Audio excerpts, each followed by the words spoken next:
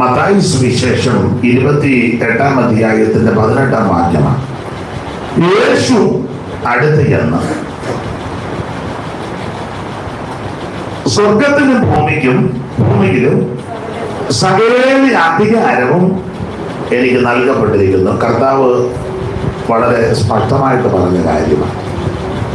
എല്ലാ വാക്യങ്ങളും ഓരോ വാചകങ്ങളും എടുത്ത് പറയുന്നില്ല. അവിടെ ഒരു പദം തുടക്കത്തിൽ തന്നെ യേശു അടുത്ത് എന്ന, അതാ യേശുവിൻ്റെ ഒരു വിശേഷത, അടുത്ത് വരും. ഇന്ന് പലരെയും കാണാൻ അങ്ങോട്ട് ചെല്ലുക, കാരണം അവർക്ക് ഇങ്ങോട്ട് നടക്കാനും എടുക്കാനും ഒന്നും ഇങ്ങോട്ട് വരാൻ മേല. അതുകൊണ്ട് നേരെ വിട്ടുന്നില്ല. എന്നൊക്കെ ഇരിക്കാനും നിൽക്കാനും നടക്കാനും ഒന്നും വയ്യ. അപ്പം അതുകൊണ്ട് ആൾക്കാരും പറയാം അവിടെ ഇരുന്നോ, ഞങ്ങൾ അങ്ങോട്ട് വന്നേക്കാന്നാണ് പറയുന്നത്. എന്നാൽ യേശുവിൻ്റെ വിശേഷത അങ്ങനല്ല. യേശു അടുത്ത് ഇങ്ങോട്ട് വരുന്നതാണ്. ഇന്നലെ രാത്രിയിൽ കർത്താവ് നമ്മുടെ അടുത്ത് വരും, സമീപം വരും. ആ കർത്താവ് ഇന്ന് രാത്രി ജീവിക്കുന്നു. അതെ, വളരെ പരസ്യമായൊരു പ്രസ്താവനയാണ്. സ്വർഗത്തിനും ഭൂമിയിലെ സകല അധികാരവും എനിക്ക് നൽകപ്പെട്ടിരിക്കുന്നു. പകല് പറഞ്ഞത് കൊണ്ട് വീണ്ടും വീണ്ടും ആവർത്തിക്കുന്നില്ല. ദൈവത്തിന് മഹത്വം ഉണ്ടാകട്ടെ. സകലത്തിന്റെ അധികാരി നമ്മുടെ കർത്താവ് ആകയാൽ ദൈവം അനുവദിക്കാതെ, ദൈവം സമ്മതിക്കാതെ, ദൈവം ആജ്ഞ കൊടുക്കാതെ നമുക്കൊന്നും സംഭവിക്കുകയല്ല. ജീവിതത്തിൽ സംഭവിച്ചതെല്ലാം നമ്മുടെ കർത്താവ് അറിഞ്ഞുകൊണ്ടാണ്. ഇപ്പോൾ എന്തെങ്കിലും സംഭവിക്കുന്നുണ്ടെങ്കിൽ അതും നമ്മുടെ ദൈവം അറിഞ്ഞ. ഇനി എന്തെങ്കിലും ഭാവിയിൽ സംഭവിക്കാനുണ്ടെങ്കിലും അതും നമ്മുടെ കർത്താവ് അറിഞ്ഞുകൊണ്ടായിരിക്കും. നമ്മുടെ കർത്താവ് അറിയാതെ, കർത്താവ് അനുവദിക്കാതെ, കർത്താവ് സമ്മതിക്കാതെ നമുക്കൊന്നും വരത്തില്ല. ദൈവത്തിന് മഹത്വം. കാരണം സകലത്തിന്റെ അധികാരി നമ്മുടെ കർത്താവാണ്. അപ്പൊ ശ്രദ്ധിക്കുക, ഈ വിഷയം തെളിയിക്കാൻ നമ്മൾ ചിന്തിച്ചു വന്നത് ഇയ്യോബിന്റെ വിഷയം. ഊസ്ദേശത്ത് ഇയ്യോബ് എന്ന പേരുള്ള പുരുഷൻ ഉണ്ടായിരുന്നു. അവൻ നിഷ്കളങ്കനും നേരിലുള്ളവനും ദൈവഭക്തനും ദോഷം വിട്ടുകലത്തവനും ആയിരുന്നു. അങ്ങനല്ലേ എഴുതിയേക്കുന്നത്? വായിക്കും.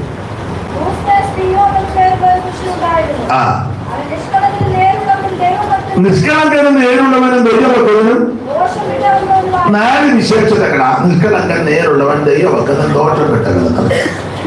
പകല് പറഞ്ഞത് കൊണ്ട് വീണ്ടും ആവർത്തിക്കുന്നില്ല. നമുക്ക് നേരുണ്ടെങ്കിൽ നിഷ്കളങ്കതയില്ല, നിഷ്കളങ്കതയുണ്ടെങ്കിൽ നേരുമില്ല. ഇത് രണ്ടും ഉണ്ട്, പകുതിയില്ല.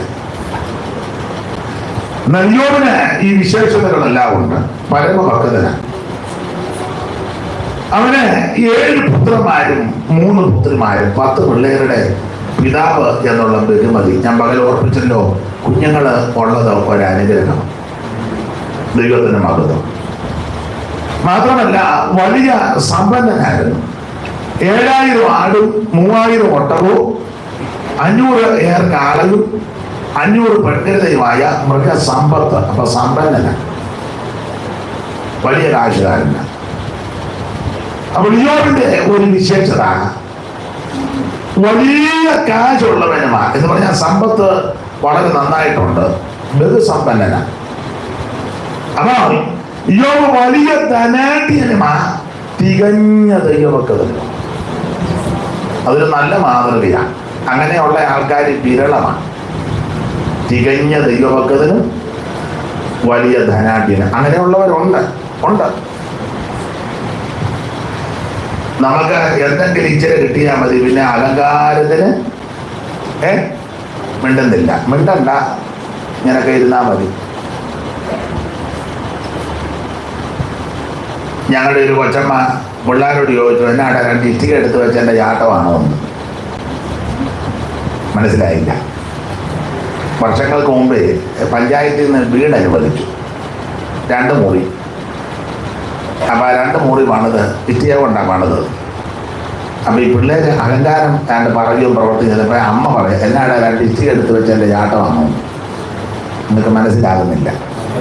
അല്ല, അങ്ങനെ ചാടുന്ന ആൾക്കാരുണ്ട്, അഹങ്കാരം. ഒരു ചെറിയ വണ്ടി മേടിക്കട്ടെ, അവനത് ഏൽപ്പിച്ചുകൊണ്ട് ഈ മുക്കാഞ്ചേരം വഴി പോകുന്ന കാണാം. ബസ് സ്റ്റോപ്പിൽ നിൽക്കുന്ന വല്യപ്പൻ്റെ സൈഡിൽ കൂടെ പൂന്നെടുക്കും കേട്ടോ. അതിൻ്റെ അഹങ്കാരം കണ്ടോ?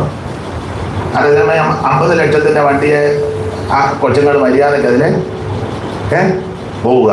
ഈ പന്നം പിടിച്ചവന് ഒരു സെക്കൻഡ് ഹാൻഡ് വണ്ടി എടുത്തതിൻ്റെ നിങ്ങൾ മിണ്ടുന്നില്ല. എന്നെ ഇങ്ങനെ തുറക്കുന്നത് നിങ്ങളുടെ കാര്യം അല്ല ഈ പറഞ്ഞത്. പിന്നെ ഏതെങ്കിലും ഒരുത്തൻ അങ്ങനെ പോകുന്നുണ്ടെങ്കിൽ നിന്റെ കാര്യം തന്നെ പറഞ്ഞത്. അഹങ്കാരമുള്ള ആൾക്കാരുണ്ട് ഉണ്ട്. മോൻ കല്യാണം കഴിച്ചപ്പം മരുമകളുടെ വീട്ടിൽ നിന്ന് സെറ്റി കൊണ്ടുവന്നിട്ടു. അപ്പം ഭർത്താവിൻ്റെ അമ്മ സെറ്റി എന്നപ്പോ അമ്മച്ചി അങ്ങനെയാണോ അതിലിരിക്കുന്നത്?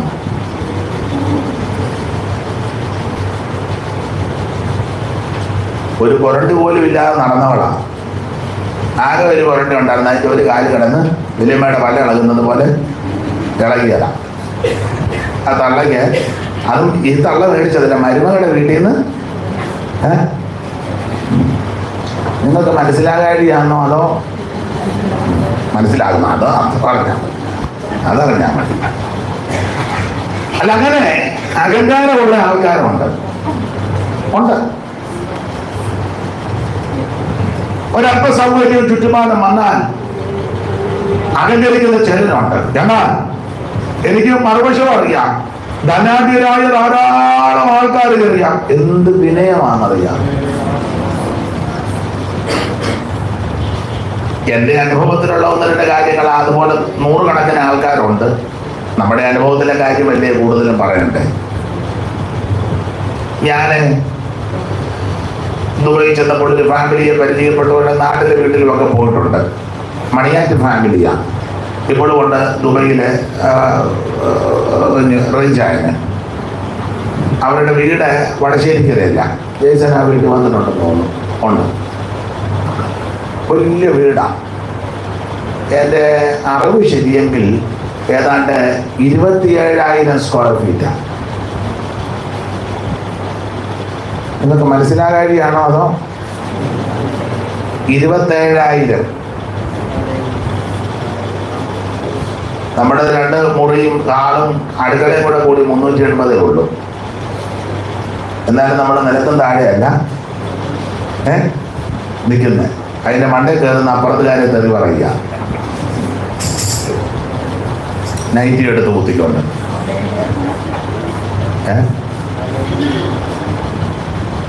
അപ്പൊ ആ വീട് ഞാൻ താമസിച്ചിട്ടുണ്ട്. താഴത്തെ നിലയെന്ന് ബെഡ്റൂമിലോട്ട് ലിഫ്റ്റിലാണ് പോകുന്നത്. അപ്പൊ ഞാൻ ചെന്നപ്പോൾ ഉപാസപ്പാടത്തേക്ക് ഉണ്ട്. അപ്പം പെട്ടി എടുത്തെന്ന് പറഞ്ഞു സ്റ്റെയർ കേസ് വഴി കയറുന്ന. വേണ്ട മാസ്റ്റർ, ഇങ്ങോട്ട് കയറാൻ. അതെന്താ? ലിഫ്റ്റാ. താഴെ നിന്ന് ബെഡ്റൂമിലോട്ട് ലിഫ്റ്റിലോട്ടാണ്. അതിലങ്ങോട്ട് പോയി. അപ്പം ആ വീടിൻ്റെ ചുറ്റുപാട് നിങ്ങൾക്ക് അങ്ങനെ ഒത്തിരി വീടുകളുണ്ട്. അതിലൊരു വീടാണ് 27,000 സ്ക്വയർ ഫീറ്റ്. മിറ്റമെന്ന് പറഞ്ഞാൽ അങ്ങ് കിടക്കുക. ആ ആറിൻ്റെ തീരത്താണ്. നല്ല ഷേലാണ് കാണാൻ. ആ വീട്ടിൽ ഞാൻ പാർത്തിട്ടുണ്ട്. ഉണ്ട്. മറ്റു കാര്യങ്ങൾ അധികം വിവരിക്കുന്നില്ല. ചിലപ്പോൾ അവരും ഓൺലൈനിലുണ്ടെങ്കിൽ ചിലപ്പം വിളിച്ചു ചോദിക്കുക എന്തിനാ പാസ് അതൊക്കെ പൊതുവിൽ പറഞ്ഞത് എന്നൊക്കെ ചോദിച്ചാൽ കുഴപ്പമില്ലെന്നാലും വേണ്ട. ആ ദൈവദാസനും സഹോദരി എന്ത് വിനയമാണെന്നറിയാം. ഭയങ്കര വിനയമാണ് അവരുടെ സംസാരം, സമീപനം, ഇടപാട്, രീതികൾ എന്ത് വിനയമാണെന്നറിയാം. ഭയങ്കര വിനയമാണ്. ഒത്തിരി കണ്ടുപഠിക്കാനുണ്ട്. ഒരിക്കല് ആ ദൈവദാസി ഞാൻ പാർക്കുന്ന വീട്ടിൽ വന്നു. ഇന്നത്തെ പോലെ ഞാൻ ഓർക്കുന്നു. വളരെ ലളിതമായ വസ്ത്രധാരണം. ആ സഹോദരി വലിയ വെച്ചുകെട്ടും ഒന്നുമില്ല. വളരെ ലളിതമായിട്ട് യോഗ്യമായിട്ട് ഞാൻ അവരെ ശ്രദ്ധിച്ചു. നമ്മുടെ വീട്ടിൽ വന്നതല്ലേ. ഒരു ലൈറ്റ് കളറ്. നിങ്ങൾ ചിന്തിക്കുക ഇയാൾ അതൊക്കെയാണോ ശ്രദ്ധിക്കുന്നത്? എന്ന് നിങ്ങൾ എനിക്കിതൊന്നും വിഷയമല്ല, നമ്മുടെ വീട്ടിൽ വന്നതല്ലേ, ശ്രദ്ധിച്ചു. കാരണം അവരുടെ ആ സാമ്പത്തിക ഭദ്രത എനിക്കറിയാം. അതുകൂടെ കണക്കിലെടുത്താണ് ഞാനൊന്ന് നോട്ട് ചെയ്തത്. വളരെ ലൈറ്റായിട്ട് ഒരു സാരിയൊക്കെ കൊടുത്ത്, ഇപ്പോഴും ഓർക്കുന്ന, ഞാൻ ഓപ്പണായിട്ട് അങ്ങ് പറയാം, ഈ ബ്ലൗസിൻ്റെ കൈക്കൊക്കെ ഇത്ര ഇറക്കമുണ്ട്. ഒരു ഊറയില്ലാത്ത മേഴ്സിയുടെ ബ്ലൗസിൻ്റെ ഇവിടം വരെ ഉള്ളു. ഉച്ചയ്ക്ക് കഞ്ഞി വെച്ചാൽ വൈകിട്ട് കഞ്ഞി വെക്കാൻ അവർക്കില്ല. എന്നാൽ അവിടെ പോക്കും പാവം കണ്ട മിണ്ടുന്നില്ല, മിണ്ടണ്ട.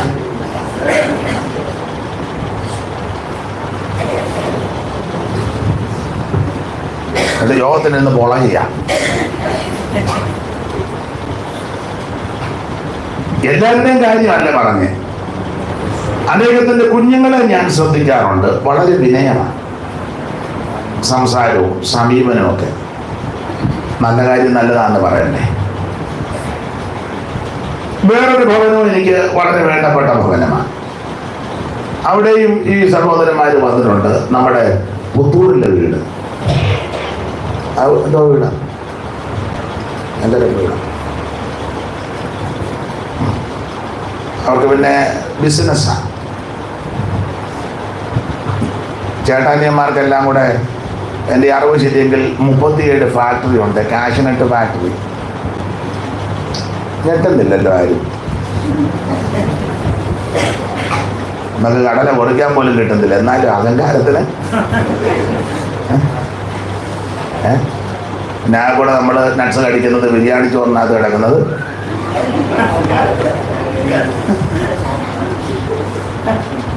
ഞാൻ എൻ്റെ കാര്യം കൂടെ ചേർത്തായി പറയുന്നത്. 36 or 37 കാഷ്നട്ട് ഫാക്ടറി. ആ മാന്യ സഹോദരൻ എന്നെ കൂടെ കൂടെ വിളിക്കുകയും പ്രാർത്ഥിപ്പിക്കുകയൊക്കെ ചെയ്യും. ഭക്ഷണമൊക്കെ തരും, കൂട്ടായ്മയും കാണിക്കും. അപ്പം ഞാൻ അതല്ല മെയിൻ വിഷയം പറയാൻ വന്നത്. അവരുടെ വിനയം, എന്തോ വിനയം. അതൊക്കെ ഞാനവിടെ ചെല്ലുമ്പോൾ അതെല്ലാം ഞാൻ ശ്രദ്ധിക്കും. ഞാൻ ഒത്തിരി കാര്യം കണ്ട് പഠിക്കും. ഞാൻ എന്നിട്ട് എന്നെ തന്നെ ഒന്ന് ശോധന ചെയ്യും. അത് പറയാനാ. പള്ളികളൊക്കെ ഇഷ്ടംപോലെ കിടക്കുന്നത്. വീടെന്ന് പറയാം, അത് വീടല്ല, വലിയ കൊട്ടാരമാണ്. മുഴുവൻ സെൻട്രലൈസ്ഡ് AC. അപ്പം ഒരിക്കലും ആദ്യമായിട്ട് ആ വീട്ടിൽ ചെന്നപ്പോൾ ബാത്റൂമിൽ കയറി, ഒന്നും നടന്നില്ല, ഇനി ഇറങ്ങിപ്പോന്നു. ഇത് എന്നാന്ന് പോലും അറിയാം. എന്നെ എവിടെ എന്തോ എല്ലാം ഗ്ലാസും എന്നതാണോ അതിന് പരമാർത്ഥം പറയുക.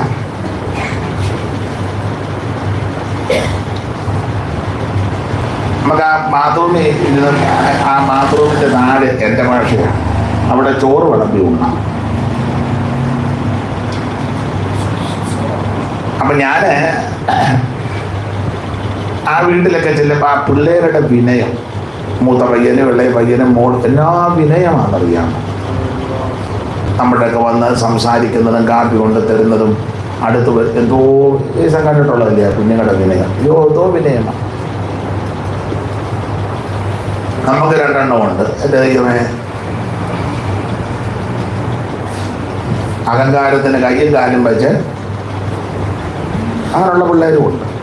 വീട്ടിൽ വന്നാൽ കുഞ്ഞുങ്ങളോട് മിണ്ടുകയില്ല, മര്യാദയില്ല, വെള്ളം കൊടുക്കാൻ അറിയാൻ മേല, എപ്പോഴും ഒരു മൊബൈലുമായിട്ട് തിരക്കി വിറ്റ് നടക്കുക. എല്ലാവരുടെയും കാര്യമല്ല. അങ്ങനെ അഹങ്കാരമുള്ള ആൾക്കാരും ഉണ്ട്. ഇച്ചിരി നന്മ വല്ലതും ഉണ്ടെങ്കിൽ പറയുകയും വേണ്ട. ഭൂലോകത്തിനടുത്തന്നെ വെച്ചേക്കത്തുമില്ല.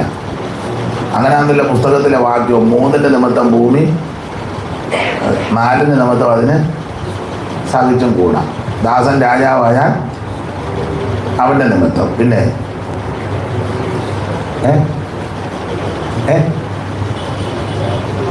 കേൾക്കാൻ മേല. ദാസൻ രാജാവായ അവൻ്റെ നിമിത്തവും. പിന്നെ ദാസി യജമാനത്തിയുടെ സ്ഥാനം പ്രാപിച്ചാൽ അവളുടെ നിമിത്തവും. പിന്നെ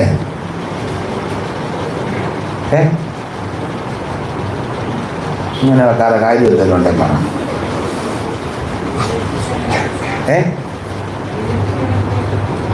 ആരാ ലൈസമാമയാണോ? വിലക്ഷണയ്ക്ക് വിവാഹം കഴിഞ്ഞാൽ അവളുടെ നിമിത്തോ അയ്യോ വലിയ ബുദ്ധിമുട്ടാണ്. ലക്ഷണം കേട്ടവർക്ക് കല്യാണം എങ്ങാനും നടന്ന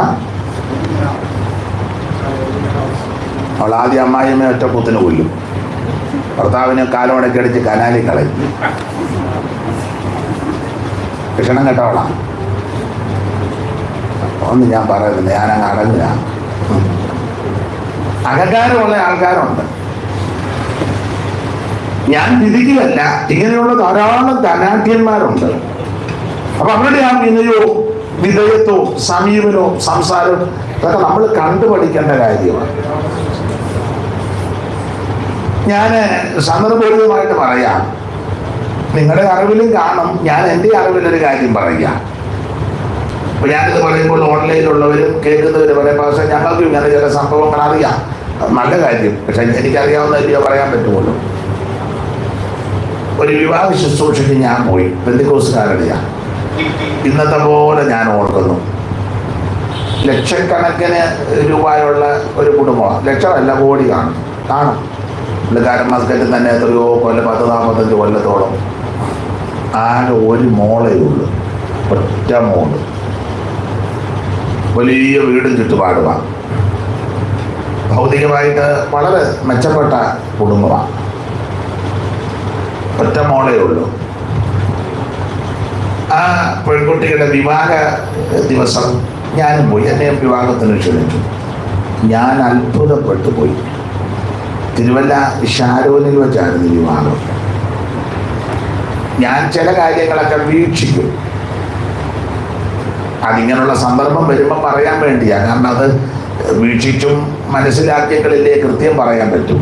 ഊഹാഭോഗമോ വല്ലവരും പറഞ്ഞ കേട്ട് പറയുന്നത് ശരിയല്ലല്ലോ. ഞാൻ അന്നേ ദിവസം ആ പെൺകുട്ടിയെ സ്റ്റേജിൽ നിൽക്കുമ്പോൾ വീക്ഷിച്ചു.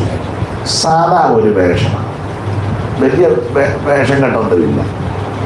ലിപ്റ്റിക്ക് ഒന്നും ഇട്ടിട്ടില്ല, വീഡിയോ ഒന്നും പഠിച്ചിട്ടില്ല. മുടി സാധാരണ രീതിയിൽ മുടിയൊക്കെ കെട്ടി, ഇപ്പോൾ ഓർക്കുന്ന തലയിലൊരു മൂടുപടമൊക്കെ ഇട്ട്, കാശില്ലാഞ്ഞിട്ടല്ല, കസർത്ത് കാണിക്കാൻ അറിയാൻ പാടില്ലാഞ്ഞിട്ടുമല്ല, വളരെ യോഗ്യമായിട്ട് ആ സ്റ്റേജിൽ വന്നു. ആ പെൺകുട്ടിയുടെ അമ്മയെ വീക്ഷിച്ചു. സ്റ്റേജിലോട്ട് സാധാരണ മാതാപിതാക്കളല്ലേ കൊണ്ടുവരുന്നത്. ഇന്നത്തെ പോലെ ഓർക്കുന്നു. അമ്മ, പൊന്നമ്മ അമ്മ വളരെ യോഗ്യമായി, വളരെ ലളിതമായ ഒരു വസ്ത്രമൊക്കെ ധരിച്ചു. ചിലര് ഇപ്പം വേണേ അതിനെ കാണിക്കും. കല്യാണ ദിവസം അവർ അഭിനയിച്ചോ എന്നൊക്കെ വേണേ ചോദിക്കും. നമ്മുടെ ആൾക്കാർ അല്ലല്ല, അഭിനയമല്ല, അവരെപ്പോഴും അങ്ങനെ. അതൊക്കെ നമ്മൾ കണ്ട് പഠിക്കേണ്ട കാര്യങ്ങളാണ്. ഒത്തിരി മാതൃകയുണ്ട്. നമ്മൾ കടവും കൂടെ മേടിച്ചാൽ ബ്യൂട്ടി പാർലറിൽ പോകുന്നത് ഇല്ലേ? കല്യാണത്തിൻ്റെ കാര്യം ഇതുവരെ കൊടുത്തിട്ടില്ല.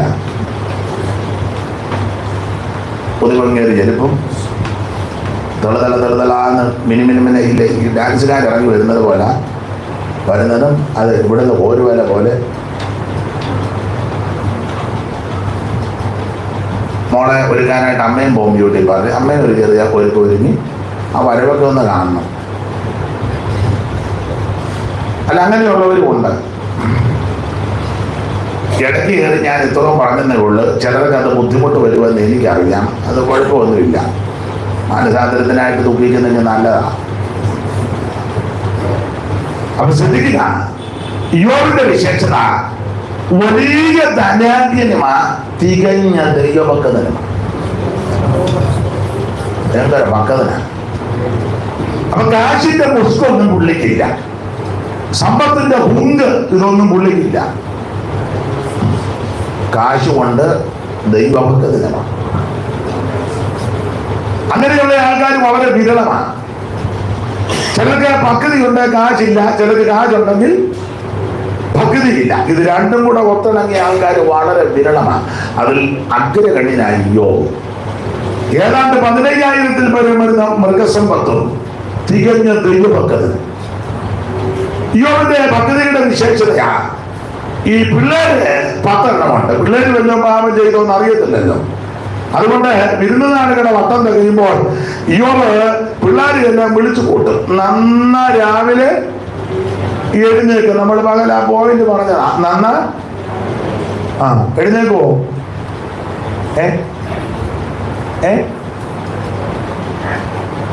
മിണ്ടുന്നില്ല.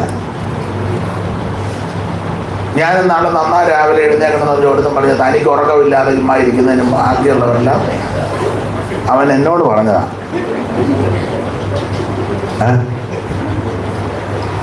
എന്നോട് പറഞ്ഞത് ആരാന്ന് ചോദിക്കരുത്.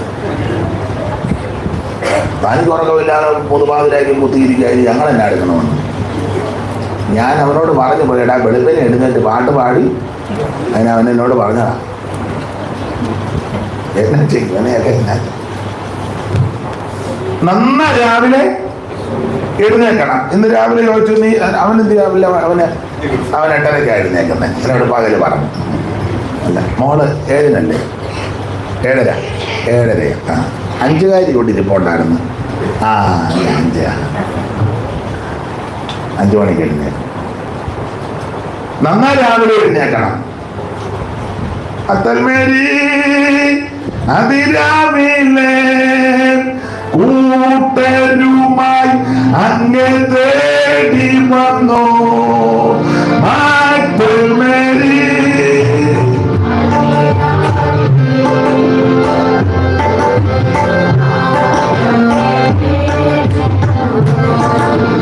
ഈ ദിനത്തിൽ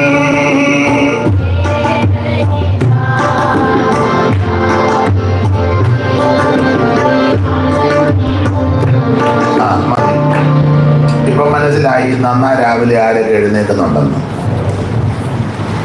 ഇപ്പൊ പിടി കിട്ടി. 5 മണിക്ക് തന്നെ എഴുന്നേൽക്കുന്നുണ്ടെന്ന് എനിക്ക് പിടി കിട്ടി. പാട്ട് പാടി തന്നെ. അതുകൊണ്ടല്ലേ ഞാൻ പറഞ്ഞേ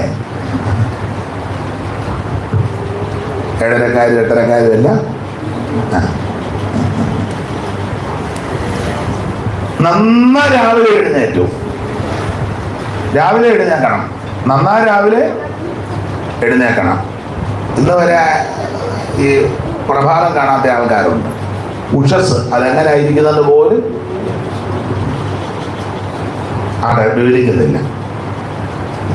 ഇയ്യോബ് നന്നാ രാവിലെ എഴുന്നേറ്റ് വായിച്ചത് നന്നാ രാവിലെ എഴുന്നേറ്റ് സന്ധ്യക്കൊത്തവണ്ണം ഹോമയാഗങ്ങളെ കഴിക്കും. അതാ ഇയ്യോബിന്റെ വിശേഷത. നന്നാ രാവിലെ എഴുന്നേറ്റ് സംഖ്യക്കൊത്ത് 10 പിള്ളേരില്ലേ അതിന്റെ എണ്ണത്തിനൊത്ത് യാഗം കഴിക്കുക. ഞാനൊരു കാര്യം ദൈവമക്കളോട് പറയാം. ഓരോരുത്തരുടെ പേര് പറഞ്ഞ് സ്തോത്രയാഗം നടത്തണം. അതാ എണ്ണത്തിനൊത്ത് യാഗം. സംഖ്യക്കൊത്ത് കാടടച്ച് വെടിവെക്കരുത്. ഇപ്പോൾ ഈ സഭയിൽ എത്ര കുടുംബങ്ങളുണ്ട് ഉണ്ടെങ്കിൽ അവരുടെ എല്ലാം പേര് പറഞ്ഞ് സ്തോത്രം ചെയ്യണം. അങ്ങനെ സ്തോത്രം ചെയ്യുന്നവരിന്ന് കൈ പൊക്കിക്കുക. ഒന്ന് കാണാനാ ഈ സഭയിലെ ഓരോ വ്യക്തികളുടെ അല്ലെ ഓരോ കുടുംബത്തിന്റെ പേര് പറഞ്ഞ് സ്തോത്രം ചെയ്യുന്നവര് ഒന്ന് നന്നായിട്ട് പൊക്കിക്കോ. എനിക്കൊന്ന് കാണാനാ. ഇത് മഹാഭാവം ഒന്നുമല്ല കൈ പൊക്കുന്നത്. ഒന്ന് കാണട്ടെ. ഒന്ന് കൈ പൊക്കോ. ഓ ഐസാമാമ പൊക്കി. പുറകിരിക്കുന്ന സഹോദരിയുടെ പേരെന്നാ സിൽവി. സിൽവി കൈ പൊക്കി. എൻ്റെ ആ മൂലക്കൊരു കൈ പൊങ്ങിയായിരുന്നു. ഫിലോമിനയോ ആയിക്കോട്ടെ. അച്ചായനും കൈ പൊക്കി. പേരെന്നാ രാജു. ഈ സഭ എത്ര വർഷം പഴക്കമുണ്ട്?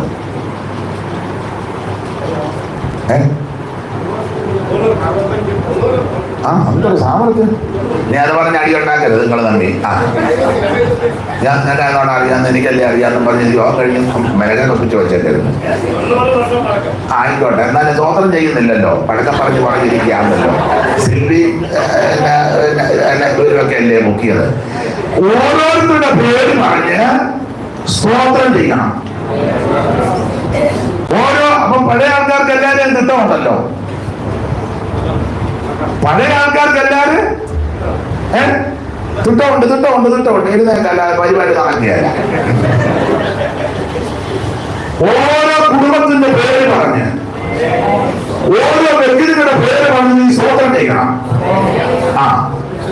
അതിനായി സഭയ്ക്കകത്ത് ദൈവം നിങ്ങൾ കൊണ്ടുവന്നേ. നന്നായി രാവിലെ എഴുന്നേൽക്കും, കാരണടിച്ച് വെടിവെക്കല്ലേ കർത്താവേ. മുക്കാഞ്ചിന സഭയിലുള്ള എല്ലാവരും നിന്റെ കരകളിലോട്ടങ്ങ്. അങ്ങനല്ല, ഓരോ കുടുംബങ്ങളെ അപ്പേക്കലെ കുടുംബത്തിനായി കണ്ണമ്പിളിയാട്ട് കുടുംബം, പള്ളിപ്പറമ്പിലെ കുടുംബം, പള്ളിപ്പറമ്പിൽ രണ്ടുണ്ടെന്ന് തോന്നല്ലോ. ചേതനാട്ട് കുടുംബം 3, കാഞ്ഞിരത്തുമൂട്ടില്, മുളക്കുടിയില്, തെക്കേപ്പുള്ളിയില്, തേക്കിൻകാട്ടിലെ, പുളിമൂട്ടിലെ, ചിറയിലെ, ഔങ്ങാട്ടിലെ, പുളിമൂട്ടിലെ എല്ലാം പേര് പറഞ്ഞ് സ്വോത്രം ചെയ്യുക. അങ്ങനെ ചെയ്യുന്നവർ ഒന്നുകൂടെ കൈപൊക്കിക്ക് 60-90 പറഞ്ഞിരിക്കുക. ആർത്തിക്കത്തുമില്ല, സ്വോത്രം പറയത്തുമില്ല. ഒരു കാര്യം പറയാം, ഓരോ കുടുംബങ്ങളുടെ പേര് പറഞ്ഞ്, ഓരോ വ്യക്തികളുടെ പേര് പറഞ്ഞ് സ്വോത്രം ചെയ്ത് ദൈവത്തെ ബന്ധപ്പെടുത്തണം. നമ്മളൊരു കുടുംബത്തിന്റെ അംഗങ്ങളാണ്, ഒരു ശരീരത്തിന്റെ അവയവങ്ങളാണ്. പ്രാർത്ഥിക്കാൻ പറയുമ്പം പലർക്കും കമ്മിറ്റി ഉണ്ടെന്ന് പറഞ്ഞ അഭിപ്രായം പറയാൻ നല്ല വിരുദ, ചാടിച്ചാടിയാണ് നിൽക്കുന്നത്. സ്വത്രം പറയാൻ പഴയ സൈക്കിളിൽ കാറ്റടിക്കും പോലെ. അതിനൊരു കേൾപ്പും കിടയില്ല. ഒരു വിഷയം തന്നെ ഉടനെ കൊമ്പ് കൊടുക്കണം, അതിന് നല്ല വിരുദ. ദൈവം നമ്പരാനെല്ലാം കണ്ടുകൊണ്ടിരിക്കുക. ദൈവത്തിന് മഹത്വം. എന്നെ കേൾക്കുന്ന പ്രിയരെ, ഈ സഭയിൽ ദൈവം നിങ്ങളെ കൊണ്ടുവന്നത് ഈ വേഷത്തിന് വേണ്ടി, ഈ സഭയിലുള്ളവർക്ക് വേണ്ടി, കുടുംബങ്ങൾക്ക് വേണ്ടി സ്തോത്രം ചെയ്ത് ദൈവത്തെ മഹത്വപ്പെടുത്തണം. എണ്ണമില്ലാതുള്ള നിന്റെ വൻകൃപകളോർത്തു, എണ്ണമില്ലാതുള്ള നിന്റെ വൻകൃപകളോർത്തു,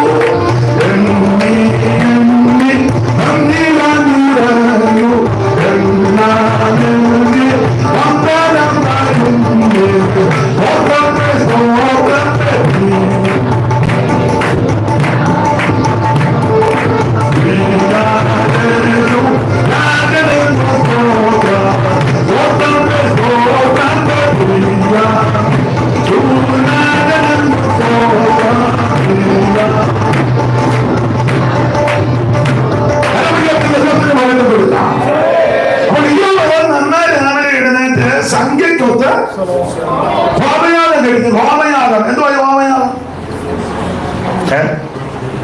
ഹോമയാഗം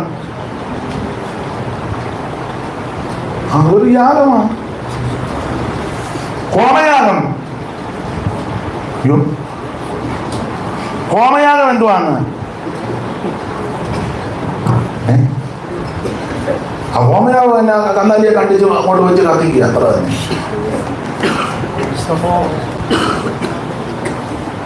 ലേവ്യ പുസ്തകം 1-ാം അധ്യായത്തിന്റെ 3 മുതൽ വായിച്ച. പെട്ടെന്ന് ചെടികളാന്ന് വായിച്ച.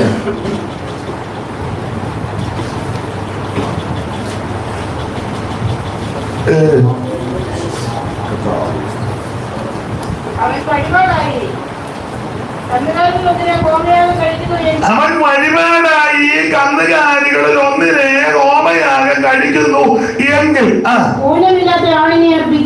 ഹോമയാഗത്തിന്റെ വ്യവസ്ഥയാ ഊനമില്ലാത്ത. നീ ഒരു സ്വോത്രം പറഞ്ഞാൽ ഊനമില്ലാത്തത് പറയണം. കൈയടിക്കാന്ന് ഊനമില്ലാത്ത കൈയടി ആയിരിക്കണം. ഒരു കല്ലേലിയ പറഞ്ഞാൽ ഊനമില്ലാത്ത ഒരു കല്ലേലിയ ആയിരിക്കണം. നിങ്ങളെ ചിലര് കല്ലേലിയ പറയുന്നത് കേട്ടിട്ടുണ്ടോ? വട്ടായിരുന്നല്ല, അങ്ങനെയാണോ പുസ്തകത്തിൽ എഴുതി? ആളൂ അങ്ങനെയാണോ? സ്തോത്രം ചെയ്യാൻ പറഞ്ഞാൽ സ്തോത്രം എന്ന് ക്ലിയർ ആയിട്ട് പറയണം. അടുത്ത പറയാ ക്ഷോത്രം, അങ്ങനെയാണോ എഴുതിയേക്കുന്നത്? ഷോയാന്നല്ലോ, എല്ലാം ഷോയാ.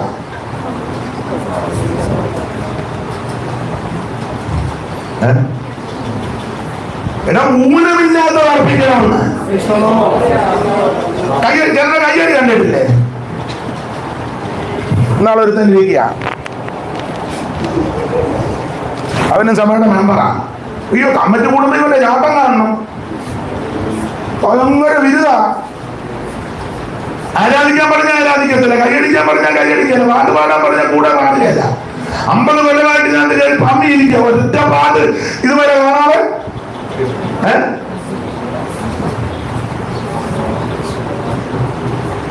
ഒരു പാട്ട് തീർത്ത് പാടാൻ സ്തോത്രം. കൂടെ 3 പാട്ടറിയാം. പാടി പുകഴ്ത്തിട.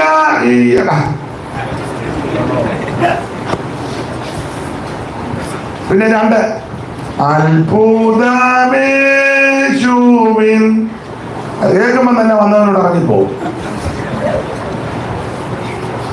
ഇങ്ങനെ 3-4 പാട്ടല്ലാതെ 50-60 കൊല്ലമായിട്ട് ഇതിനകത്ത് കയറിയിട്ട് ഇത് പഠിക്കണമെന്നോ എന്നാ കുമ്പനാട്ടി വന്നൊരു പാട്ടുപുസ്തകം മേടിക്കണമെന്നോ?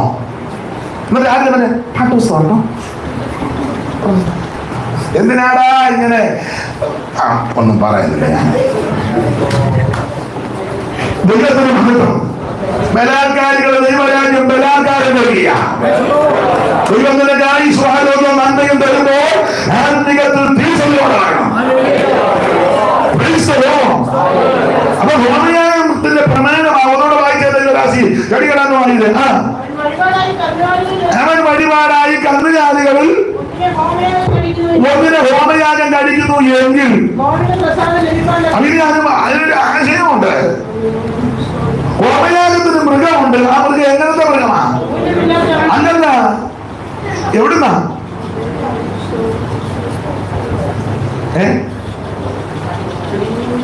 അല്ല, അവിടെ പദമുണ്ട്. കന്നുകാലി അങ്ങനെ കേൾക്കുന്നേ അല്ലേ? ഇവിടെ വായിച്ചതാ കന്നുകാലി. കന്നുകാലി. അപ്പൊ ഹോമയാഗത്തിന് അർപ്പിക്കേണ്ട മൃഗം ഏതാ? കന്നുകാലി. കന്നുകാലി എന്ന് പറഞ്ഞ എന്നാ? കന്നുകാലി പശുവോ?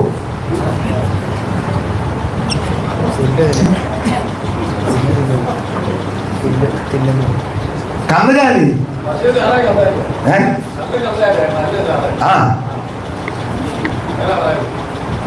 കന്നുകാലി എന്ന് പറഞ്ഞാൽ വീട്ടിൽ വളർത്തുന്നതായ കന്നുകാലി.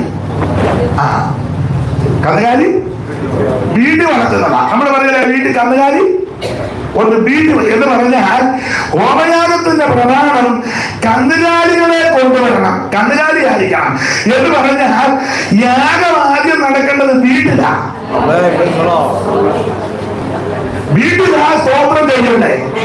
സഭയ്ക്കകത്ത് വരുമ്പോൾ അല്ല, സഭയ്ക്കകത്ത് ചെയ്യണം. പക്ഷേ ആരാധന ആദ്യം വെളിപ്പെടേണ്ടത് വീട്ടിലാ. ഇത് കണ്ണി കണ്ണി പൊളിക്കുമ്പോ നാടകരുടെ മുന്നിൽ പമ്മിയിരിപ്പുണ്ട്. ഒരു കാലിച്ചായ അടിച്ച് കുടുംബ പ്രാർത്ഥന ഇല്ല. മാടക്കടൽ ഒരു ഒടിഞ്ഞ ബന്ധി കിടപ്പുണ്ട്. അതിന്റെ ഒരു കാല് തയ്ക്കാൻ പുള്ളിയും കയറി അവിടെ ഇരിക്കാം. നടകായ ഇരിക്കും പോലെ. സന്ധ്യയായാലും വീട്ടിൽ ചെന്ന് പ്രാർത്ഥിക്കുകയല്ല. അങ്ങനെ ഒത്തിരി ബിരുദന്മാരുണ്ട്. പിന്നെ ആകെ കൂടെ ഞായറാഴ്ച വരുമ്പം കസർത്ത് കാണിക്കുക. ഞായറാഴ്ച സഭയ്ക്കകത്തല്ല കസർത്ത് കാണിക്കുന്നത്. ആരാധന നിന്റെ വീട്ടിൽ വരുമ്പോഴാണ്. അപ്പൊ ഹോമയാഗത്തിന് കന്നുകാലിയിൽ നിന്ന് കൊണ്ടുവരണമെന്ന് പറഞ്ഞതിന്റെ അവസ്ഥ അത് പ്രാർത്ഥനയും പാട്ടും മതി ആദ്യം വീട്ടിൽ വെളിപ്പെടണം. രാവിലെ എഴുന്നേറ്റ് ഭാര്യയോടും പിള്ളേരോടും അല്ലെ മക്കളോടും ഒക്കെ പറയണം, നമുക്ക് പാട്ട് പാടി പ്രാർത്ഥന. അല്ല 2 കോപ്പ കാപ്പ് കുടിച്ച് ചുണ്ടയിടുകയല്ല. സ്തോത്രം. ഇന്ന് എന്തേലും ഇവിടെ നടക്കും. അത് ഞാനും ഉന്നം വെച്ചാണിക്കുന്നേ. ദൈവത്തിന് മഹത്വം. കുടുംബത്തിനകത്ത് ആരാധന ഉയരണമെന്ന് എന്തോ തള്ള ചെവി പറയുന്നേ. എന്നാ പറഞ്ഞോളൂ പറഞ്ഞു. എന്നാ അമ്മ പറഞ്ഞേ? അമ്മ ഏതാണ്ട് പറഞ്ഞോളൂ. എന്നാ പറഞ്ഞേ? ഉണ്ടയിടുക എന്ന് പറഞ്ഞാൽ കുട്ടനാട്ടിലൊരു ഭാഷയാ. വെള്ളത്തിൽ മുങ്ങി കിടക്കുക. ഉണ്ടയിടുക. അല്ലാതെ കൊഴുക്കട്ട എടുത്ത് വെള്ളത്തിലിട്ട കാര്യമാണ്.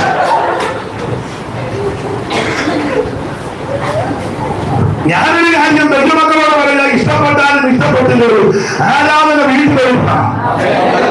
ഈ രാവിലെ ഭാര്യയും ഭർത്താവും മക്കളും എല്ലാം കൂടെ മുഴങ്ങാതിരിക്കണം. ദൈവസഭയോ സന്ധ്യാകുമ്പോഴും സഭയ്ക്ക് യോഗം ഇല്ലെങ്കിൽ സന്ധ്യാകുമ്പോ പാട്ട് പാടി നിന്റെ കുടുംബത്തിൽ ആരാധന ഉയരണം. പ്രാർത്ഥന ഉയരണം. കുടുംബങ്ങളിൽ ഉയരേണ്ട ആരാധന. ഈ ഹോമയാഗത്തിന് കന്നുകാലിയിലാണ് കൊണ്ടുവരേണ്ടത്. കന്നുകാലി എന്ന് പറഞ്ഞാൽ വീട്ടിൽ വളർത്തുന്നതാ.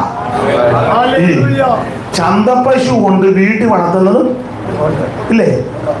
ഉണ്ട്. ചന്തപ്പശുവിന് ക്രമമൊന്നുമില്ല. ചന്തയെ വളരുന്നതിന് തോന്നുന്നിടത്തെല്ലാം ചാണകം ഇടും, തോന്നുന്നിടത്ത് അത് പെടുക്കും. ബേസ്ബോൾ തിന്നും, മീൻ മേടിക്കാവുന്ന മേരിയുടെ കൗടി കടിക്കും. മേരി മീന് വില പറഞ്ഞുകൊണ്ടിരുന്നപ്പം ക്രാവ് വന്ന് ഞാൻ കണ്ടോണ്ട് നിൽക്കുക. ആ തല പറഞ്ഞു, മുടിഞ്ഞ പശു എൻ്റെ ഓണി. ഞാൻ കേട്ടതും കണ്ടതുമായ ഇപ്പോഴല്ലേ, വർഷങ്ങൾക്ക് മുമ്പാണ്. അതാ ചന്തപ്പശു. പഴത്തൊലിയും തിന്നും, പേപ്പറും തിന്നും, കാണുന്ന കടത്തന്നെ കയറി കിടക്കും. മൂക്കുകളൊന്നും കാണുകയല്ല, ആരും നിയന്ത്രിക്കാനൊന്നും അധികം കാണുകയല്ല. അതാ ചന്തപ്പശു. എന്നാടാ ഇവിടെ എന്നാണ് ആരെ വിളിച്ചു? നിങ്ങളതെടുത്ത് കൊട്ടരുത്, ഞാൻ പാടുമ്പോ കൊട്ടിയാൽ മതി കേട്ടോ. അപ്പൊ ചന്തപ്പശു അതിന് നിഷ്ഠയില്ല, ചിട്ടയില്ല, ക്രമമില്ല. അതിനെ ആരും കുളിപ്പിക്കാനൊന്നും ഇല്ല. പക്ഷേ കന്നുകാലി അങ്ങനല്ല, വീട്ടിൽ വളർത്തുന്നത് നല്ല ചിട്ടയാ. പശുവിനെയൊക്കെ വളർന്നിട്ടുള്ള പ്രിയപ്പെട്ടവർക്കറിയാം, അതിരാവിലെ കറവയുള്ള സമയമാണെങ്കിൽ അതിരാവിലെ എഴുന്നേൽക്കും. എഴുന്നേറ്റ് ആദ്യം പശുവിന്റെ അകിടല്ല കഴുകും, പിന്നെ നെയ്യോ എണ്ണയോ തൂക്കും. കറക്കണ്ടേ, അത് പശുവിനും അറിയാം. പിന്നെ പാലിനകത്ത് വെള്ളം ചേർക്കുന്നില്ല, വെള്ളമായിട്ടാ പോകുന്നത്. വെള്ളത്തിനകത്തോടങ്ങ് നമുക്ക് പറയാല്ലേ, ഞാൻ ഇന്ന് വരെ പാലിനകത്ത് വെള്ളം ചേർക്കുക, കാരണം വെള്ളത്തിനകത്തോട്ട് അങ്ങനെയുള്ള ആൾക്കാരുമുണ്ട്. അപ്പൊ ഇത് എല്ലാവരുടെയും കാര്യമല്ല. അപ്പൊ അത് ക്രമത്തിലാണ്. അപ്പൊ കടന്നു കഴിയുമ്പോ പിന്നെ പശുവിനെ അടിച്ചു കെട്ടു. അപ്പൊ തലേന്ന് പുളിമ്പൊടി, പഴയ രീതിയായി പറഞ്ഞേ, പിണ്ണാക്കും പുളിമ്പൊടി എല്ലാം വെന്തിടും. അത് രാവിലെ അത് ക്രമത്താലി അതിന് കൊടുക്കും. അതെല്ലാം കഴിയുമ്പം ഒന്ന് മാറ്റി കെട്ടും. ചിലപ്പോൾ കണ്ടം ഉണ്ടെങ്കിൽ അടിച്ച് കണ്ടത്തിലോട്ട് കൊണ്ട് കെട്ടും. നിങ്ങൾ ശ്രദ്ധിച്ചേ, അമ്മ അടുക്കള വശത്തൂടെ പോകുമ്പോൾ ഇത് അമ്മ അന്ന് ചില അമ്മ വരുന്നടി ഇല്ലേ, ഇണങ്ങി നിൽക്കുക. അതാ കന്നുകാലി, നല്ല ചിട്ടയാ. ചിലപ്പോ അമ്മ അങ്ങോട്ട് ഒന്ന് തൂത്തടിച്ച് അങ്ങനെയൊക്കെയാ കന്നാലി. ആ കണ്ടത്തിൽ നിന്ന് അതിനെ അഴിച്ചുവിട്ട് സൂക്ഷം അത് കന്നാലിക്കൂട്ടി വന്ന് കയറും. എന്നാ ചന്തപ്പശു അങ്ങനല്ല, അഴിച്ചുവിട്ടാ പോയതാ. വീട്ടിൽ വളർത്തുന്നതിന് മൂക്കുകയറുണ്ട് ഇല്ലേ, മൂക്കുകയറുണ്ട്. എന്തിനാ മൂക്കുകയറ്? അഥവാ വല്ല മേട് കാണിക്കുകയാണെങ്കിൽ ഒരു വല്ല ഇങ്ങനെ നിൽക്കും എന്ന് പറഞ്ഞാൽ, ആരാധനയ്ക്ക് വരുമ്പോൾ ഇതിനൊക്കെ ക്രമമുണ്ടെന്നായി പറഞ്ഞത്. കുത്തടിഞ്ഞ ജീവിതമല്ല ആരാധന, ഒക്കുന്നിടത്തൊട്ട് ഒപ്പിക്കുന്നതുമല്ല ആരാധന. പിടികിട്ടുന്നുണ്ടോ? സഹായത്തിന് തോന്നുമ്പം വരിക, തോന്നുമ്പോ ഇറങ്ങിപ്പോവുക, പാസ് പ്രസംഗിക്കുമ്പോ അന്ന് ഇറങ്ങിപ്പോവുക, പിന്നെ ചിലപ്പോ കയറി വരിക, മൊബൈലിൽ സംസാരിക്കുക, അങ്ങോട്ടും ഇങ്ങോട്ടും വർത്താനം പറയുക, പാട്ട് പാടുമ്പോ പാട്ട് പാടത്തില്ല, ഒക്കുന്ന പാടുക, ഇല്ലേ കൈ അടിക്കുക, തിരുമേശം ഉള്ളപ്പോ തോന്നുമ്പോ എടുക്കുക, അല്ലാത്തപ്പോ എടുക്കുക.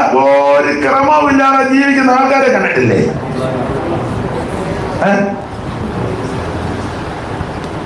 ബൈബിൾ കൊണ്ടുവന്ന് ഇല്ലേ ഇല്ല, ഒത്തക്ക് വായിച്ചു ഇല്ലേ ഇല്ല, അത് മുഴുവൻ ചന്തപ്പശുവാ. ഇപ്പൊ ഈ സഭയ്ക്കകത്ത് കൂടുതലും ചന്തയാ. മുക്കാഞ്ചിരന്റെ കാര്യം അല്ല ഞാൻ പൊതുവിലായി പറയുന്നത്. കാരണം ഒരു ക്രമമില്ല, ചിട്ടയില്ല, നിഷ്ഠയില്ല, ഒന്നുമില്ല. ദൈവം വെച്ചിരിക്കുന്ന വ്യവസ്ഥ, ഹോമയാഗത്തിന് മൃഗത്തെ കൊടുത്ത കന്നുകാലിയായിരിക്കണം. അടുക്കും ചിട്ടയും ക്രമവും ഒക്കെ ചിട്ടയോടെ വേണം. ഞായറാഴ്ചത്തെ ആരാധനയ്ക്ക് പോകുവാൻ ശനിയാഴ്ച ഒരുങ്ങണം, വേണ്ടേ? ഏതായാലും നീ ബൈബിള് വായിക്കില്ല, എന്നാ ശനിയാഴ്ച എടുത്തങ്ങ് വെച്ചേര്. തുറക്കുന്നില്ലല്ലോ. പാട്ടുപുസ്തകം ഉണ്ടെങ്കിൽ അതുകൂടെ കൂടെ വെച്ചോരും. സ്വോത്രകാഴ്ച കിട്ടുന്നുണ്ടെങ്കിൽ അതും 10 വിടുന്ന ഉള്ളതാട്ടെ, സാഹചര്യം അനുസരിച്ച് അതും എടുത്ത് വെക്കാൻ. ഒരു സഭായത്ത് വന്നേക്കാം.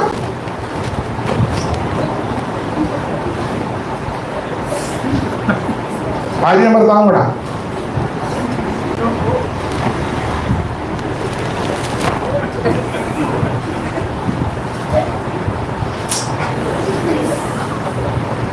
സഭയിൽ വന്ന് കിഴി കളിക്കുക. ഒരു കുടുംബത്തിൽ നിന്നല്ലേ ഇങ്ങോട്ട് പോന്നേ? ഒരു കുടുംബത്തിൽ നിന്നല്ലേ പോന്നേ? ചിട്ടയില്ലെന്ന്, ചിട്ടയില്ല. രാവിലെ 9:30 തപ്പുക, തോർത്ത് എന്ത് ചെയ്യുന്നു? കുളിക്കുന്ന തോർത്ത് വിലയ്ക്ക് വിറ്റും തപ്പി കണക്കുക. ഇപ്പൊ പിന്നെ അങ്ങനെ വലിയ കുഴപ്പമില്ല മിക്കടത്തും. സ്തോത്രം. എന്റെ ബ്രഷ് കാണുന്നില്ലെന്ന്.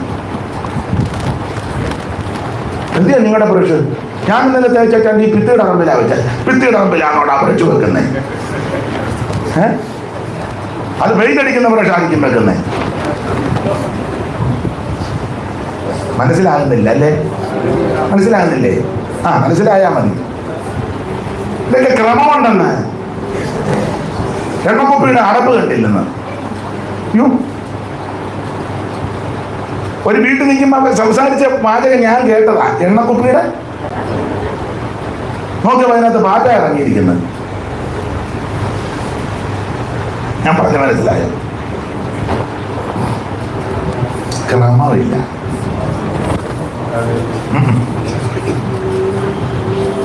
ഞായറാഴ്ചത്തെ ആരാധനയ്ക്ക് വരുവാൻ ശനിയാഴ്ച ഒരുക്കം ഉണ്ടായിരിക്കണം. ശനിയാഴ്ച നാളിലെ വസ്ത്രമെല്ലാം കഴുകി ഒട്ടുന്നെങ്കിൽ തേച്ച് വെക്കണം. ഞായറാഴ്ച തപ്പി നടക്കുക. എന്റെ വലിയൻ എന്ത് ചെയ്യുന്നു? വലിയനാണ്ട് കിഴക്കോട്ട് വടിയും കുത്തി പോകുന്നു. ആഞ്ഞിട്ടാണ്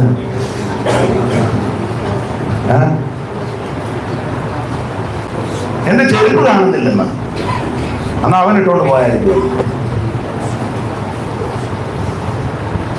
നിങ്ങൾക്ക് മനസ്സിലാകുന്നുണ്ടല്ലോ? ഒരുക്കം ഉണ്ടായിരിക്കണം.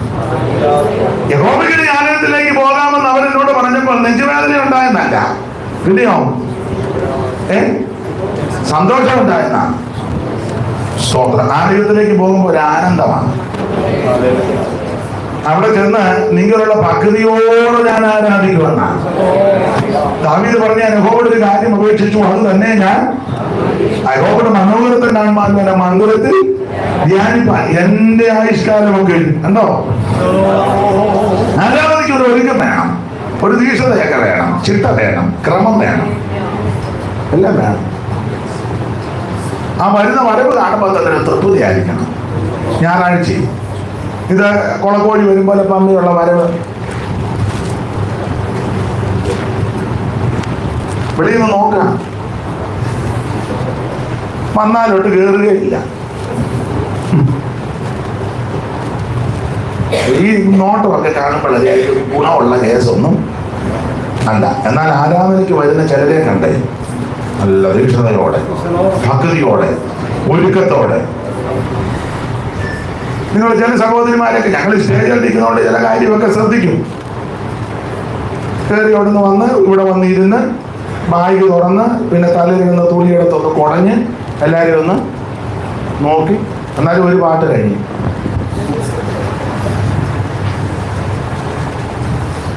ചിലരെ ശ്രദ്ധിച്ചു. അങ്ങനൊന്നും അല്ല. ഇതിനകത്ത് കയറുന്നതിന് മുന്നേ നല്ല ഒരുക്കത്തോട് ഇങ്ങോട്ട് വരണം.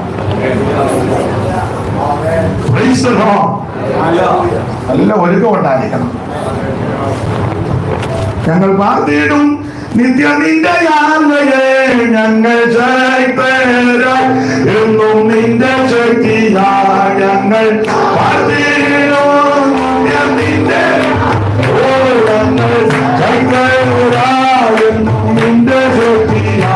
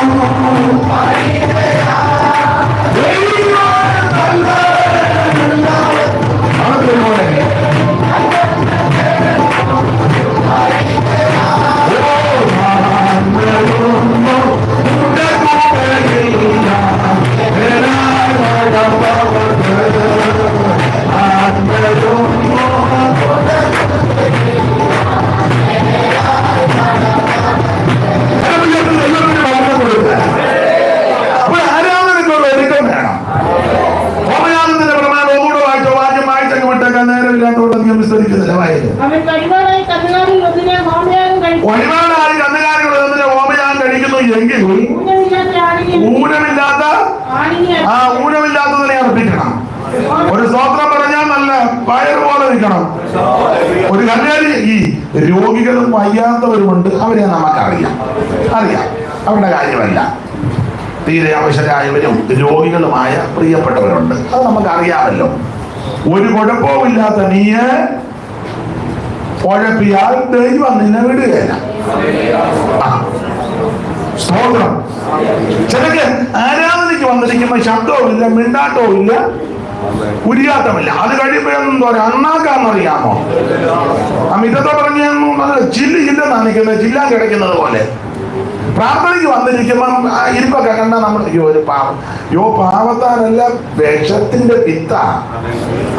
ഞാൻ എപ്പോഴും പറയും, ഞങ്ങളുടെ അവിടെ തവേലും പറയും, നമ്മൾ ചിലരുടെ ഇരിപ്പ് കാണുമ്പോൾ നമ്മൾ ഓർക്കും പാവമാണ്. ഒരു പാവവും അല്ല. ചില പരുവക്കാരായതുകൊണ്ട് ഇങ്ങനെ മമ്മി ഇവന്റെ 10 രൂപ കിട്ടട്ടെ, ഇവന്റെ തനിതറ വന്നാലും അറിയാം. ഇപ്പം ഭൂമിയിൽ ഒരുത്തനെ വെച്ചേക്കുകയല്ല, ഞാൻ തമാശ പറഞ്ഞതല്ല. ഇപ്പൊ ഇങ്ങനെ ചിലര് മമ്മി ഇരിക്കുമ്പോ നമ്മൾ ഒരു പാവ സഹോദരൻ, ഒരു പാവ സഹോദരി, ഓ ചുമ്മാറാ.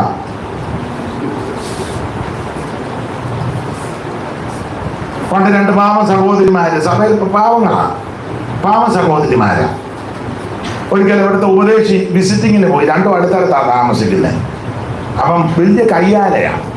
അപ്പൊ അതിന് ഇവിടെ ഈ നാട്ടിലൊക്കെ തൊണ്ടെന്നല്ലേ പറയുന്നത്, അതിന്റെ നാട്ടിൽ തൊണ്ട് വഴി പോകുന്ന. ചില നാട്ടിലൊക്കെ അങ്ങനെ തൊണ്ട് വഴി, 2 കയ്യാലയുടെ നാട്ടിൽ കൊള്ളയാസന തൊണ്ട് വഴി പോകുന്നത്. അപ്പം ഉപദേശി തൊണ്ട് വഴി അങ്ങോട്ട് പോവുക, ഈ വീട് ചെല്ലാനാ. കയ്യാലയുടെ അങ്ങേ 2 വീട്. പുള്ളി അങ്ങോട്ട് അടുക്കാനായപ്പോൾ ഈ പെണ്ണുങ്ങൾ 2 ഭയങ്കര വഴക്കെന്ന് പറഞ്ഞാൽ ചെറിയ വഴക്കല്ല, ആവശ്യമില്ലാത്ത വർത്താനം പറയുക. ഒരുത്തി അങ്ങേക്കരയിൽ നിന്ന് അങ്ങോട്ട്, പുള്ളിക്കാരി അവിടെ നിന്ന്. അപ്പൊ ഈ ഉപദേശി താഴെ കൂടെ അങ്ങോട്ട് ഇരുന്നത് 2 കാണുന്നില്ല. പുള്ളി 2 പേരുടെ സംസാരം കേട്ടു. അങ്ങോട്ട് വിസിറ്റിങ്ങിന് ചെന്നാ പുള്ളി പോയില്ല, തിരിച്ചിഞ്ഞു പോകും. പിറ്റേന്ന് ഞായറാഴ്ചയാണ്. ഈ 2 പെണ്ണുങ്ങളും വന്ന് ആത്മാവിലാവുക. ഇതും പുള്ളി കണ്ടു. സങ്കീർത്തനം കഴിഞ്ഞാഴ്ച പഴയ ആരാധന അങ്ങനെ സാക്ഷ്യത്തിന്റെ സമയം. എല്ലാ ആഴ്ചയിലും ഈ പെണ്ണുങ്ങൾ സാക്ഷി പറയുന്നതാ. അപ്പൊ ഉപദേശിക്ക് അറിയാം നിങ്ങൾ 2 വീണ്ടും എഴുന്നേറ്റും. അപ്പൊ പുള്ളി വളരെ പരിജ്ഞാനത്തോടെ പറഞ്ഞു, പേര് പറഞ്ഞു, കഴിഞ്ഞ ദിവസം ഞാന് നമ്മുടെ 2 ഭവനങ്ങൾ വിസിറ്റ് ചെയ്യാൻ പോയപ്പോൾ ആ ഭവനത്തിലെ 2 സഹോദരിമാർ വന്നിട്ടുണ്ട്. അവർ 2 പേരും, പുള്ളി നല്ല മിടുക്കനാ. പുള്ളി പറഞ്ഞു ജീവശാസ്ത്രപരമായിട്ടാണ് അവർ സംസാരിച്ചത്, ബയോളജിക്കൽ. ഞാനും ചില ബയോളജി വിഷയങ്ങൾ പഠിക്കുവാൻ ഇടയായി. കാരണം ശരീരത്തിന്റെ അവയവങ്ങളെ പറ്റി അവർ തമ്മിൽ മനസ്സിലായി കാണും. അതുകൊണ്ട് ബയോളജിക്കലായി സംസാരിച്ച സഹോദരിമാർ ഇന്ന് സാക്ഷി പറയണ്ട. മനസ്സിലായോ? ഇതിപ്പോ കണ്ടിട്ട് ഇവിടെ ഉണ്ടെന്നാ തോന്നുന്നത്. ദൈവത്തിന് മഹത്വം. അപ്പൊ ഒരു കാര്യം പറയാം,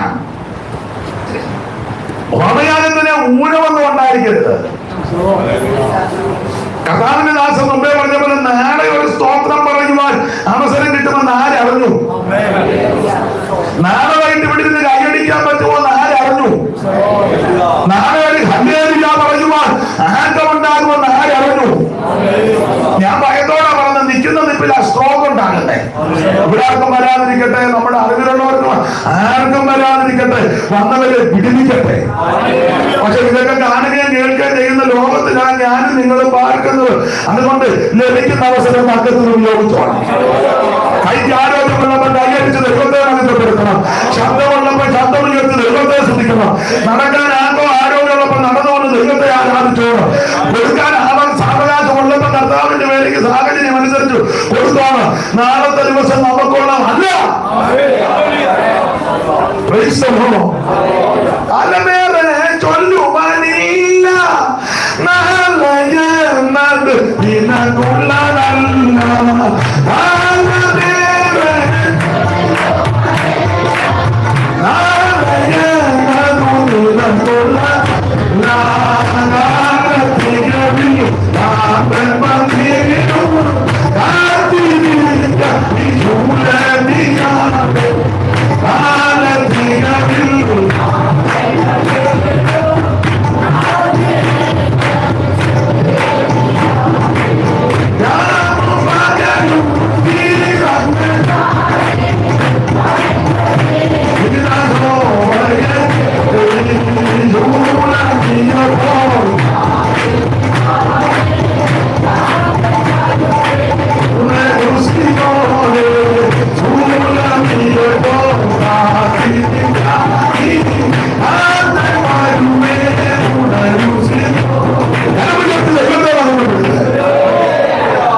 ഈ സഭയിലെ സഹോദരിമാരുടെ ഭാഗത്ത് എല്ലാവരും പാടും, എങ്കിലും നിങ്ങളുടെ അഭിപ്രായത്തിൽ കുറച്ചുകൂടെ നന്നായിട്ട് പാടുന്ന ആരാ? എന്തോ ഷീബ. മോളിഞ്ഞോട്ട് നീങ്ങിയിരുന്നേ,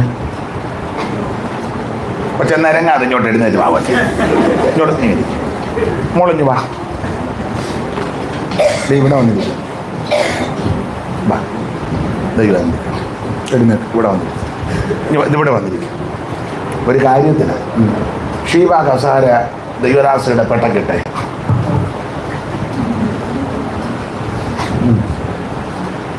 ഞാൻ ഈ 2 ശീല് പാടുമ്പം ആ മൈക്ക് മേടിച്ച് പാടണം. ദൈവദാസി പാടാൻ അത്ര പോരാത്തതാണോ പാടാത്തതാണോ എന്തെങ്കിലും ആയിക്കോട്ടെ, ഷീബ പാടട്ടെ, നമുക്ക് പാടാം.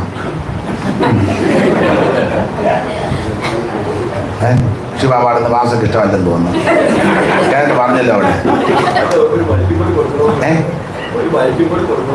അത് പാടി കഴിയുമ്പോൾ അങ്ങോട്ട് കൊടുത്തോളും.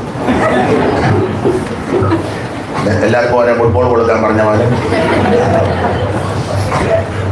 കാലമേറെ ചൊല്ലുവനില്ല നാളെ നടുനിനക്കുള്ള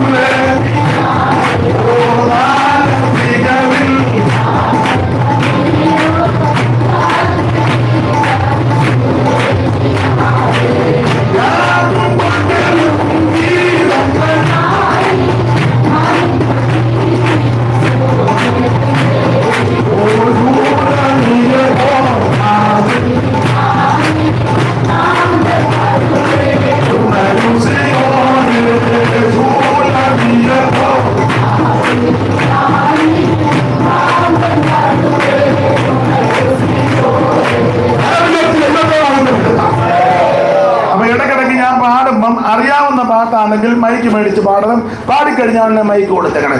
പുള്ളിയുടെ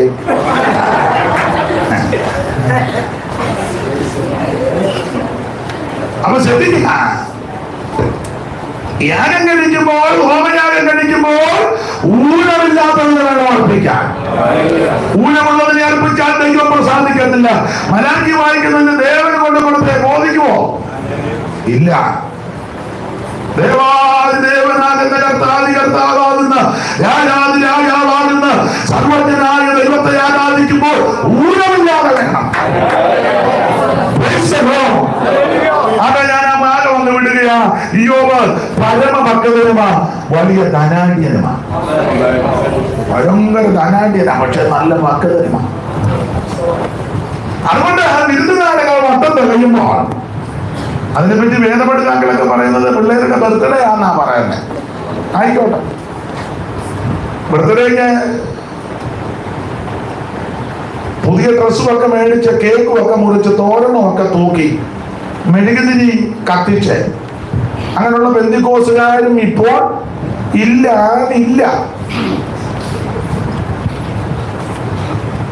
ഒരു കൂറയില്ല. എന്നാലും ഇതിലൊരു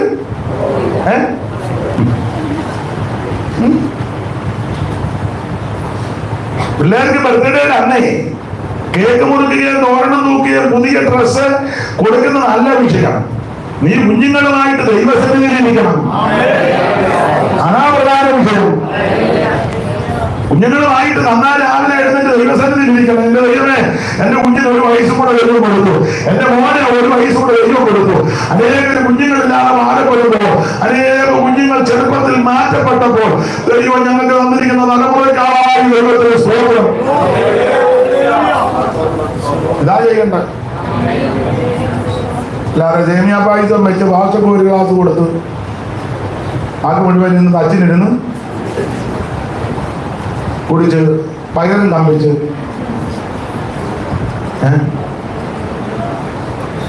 സ്തോത്രം. അതല്ല ചെയ്യേണ്ടത്. ഒക്കുന്നെങ്കിൽ പിന്നെ സഭയായിട്ടൊരു യോഗം വെക്കുന്നതിനൊക്കെ സാഹചര്യം അനുവദിക്കുന്നെങ്കിൽ, ഒക്കുന്നെങ്കിൽ ദൈവമക്കളെല്ലാം കൂടെ വന്ന് ആ കുഞ്ഞുങ്ങൾക്ക് വേണ്ടി ഒന്ന് പ്രാർത്ഥിച്ച്, ദൈവത്തിന്റെ അഭിഷിക്തന്മാരെ കുഞ്ഞുങ്ങളുടെ ശിരസിലും കൈവച്ചൊന്ന് പ്രാർത്ഥിച്ച് ഒന്നിച്ച് ദൈവത്തെ ഒന്ന് മഹത്വപ്പെടുത്ത്. നിനക്ക് നിന്റെ സന്തതിക്കും അനുഗ്രഹമാണ്. അല്ലാതെ കൊച്ചുങ്ങളെ ബർത്ത്ഡേ കിടന്ന് ബീച്ചിലും വിട്ട് ഐസ്ക്രീം ഒന്നും അണഞ്ഞ് അങ്ങ് ഇങ്ങനെ കത്താത്തൊരു തുണിയും മേടിച്ചു കൊടുത്തു. നിൽക്കട്ടെ, ഫോട്ടോ എടുക്കട്ടെ. അവളെന്നിട്ട് കിടന്ന് പൊളയില്ല.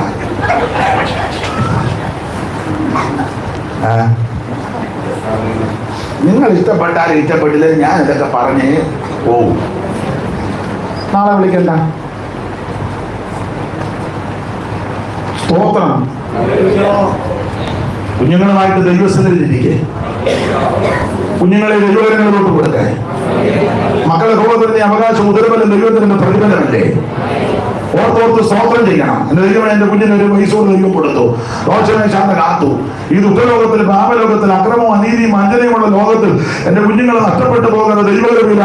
ഇരുവക്കടെ അമ്മ വന്ന് പറഞ്ഞില്ലേ, ഗുരു 2 പിള്ളേരുണ്ട്, ഒരുത്തൻ നിന്റെ ഇടത്തും ഒരുത്തൻ നിന്റെ വലുത്. അതാ എന്റെ ആഗ്രഹം എന്ന് പറഞ്ഞാൽ നിന്റെ സന്നിധി വിട്ട് എന്റെ കുഞ്ഞുങ്ങൾ എന്നും പോകരുത്. യേശുവോടു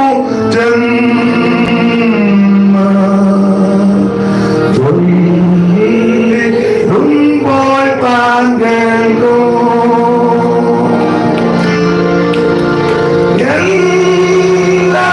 യേശുവോടു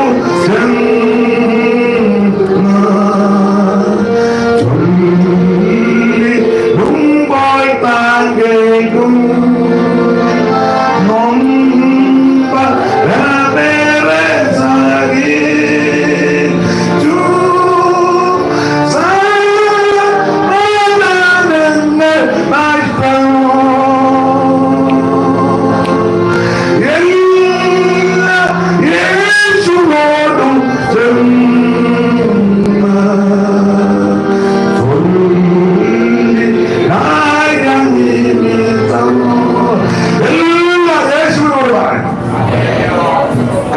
കാര്യമെല്ലാം പറയണം. അത് മുമ്പോട്ട് പോകാം. ഇരുന്നാളുകൾ മൊത്തം തെളിയുമ്പോൾ എന്റെ കുഞ്ഞുങ്ങൾ വല്ലതും പാപം ചെയ്തോന്ന് അറിയത്തില്ലല്ലോ. തന്നെ എന്റെ കൊച്ചുങ്ങൾ പാപം ചെയ്താമെന്ന് പറയുമോ? പപ്പ ഞാൻ മെയിനാത്തൊരു പാപം ചെയ്ത് പറയുമോ? ഏതായാലും പിള്ളേർ വന്ന് പറയാം, ഞാൻ 4-ാം നാൾ എന്തോ പാപമാണ്, ആരും പറയത്തില്ല. അത് യോബിനറിയാം.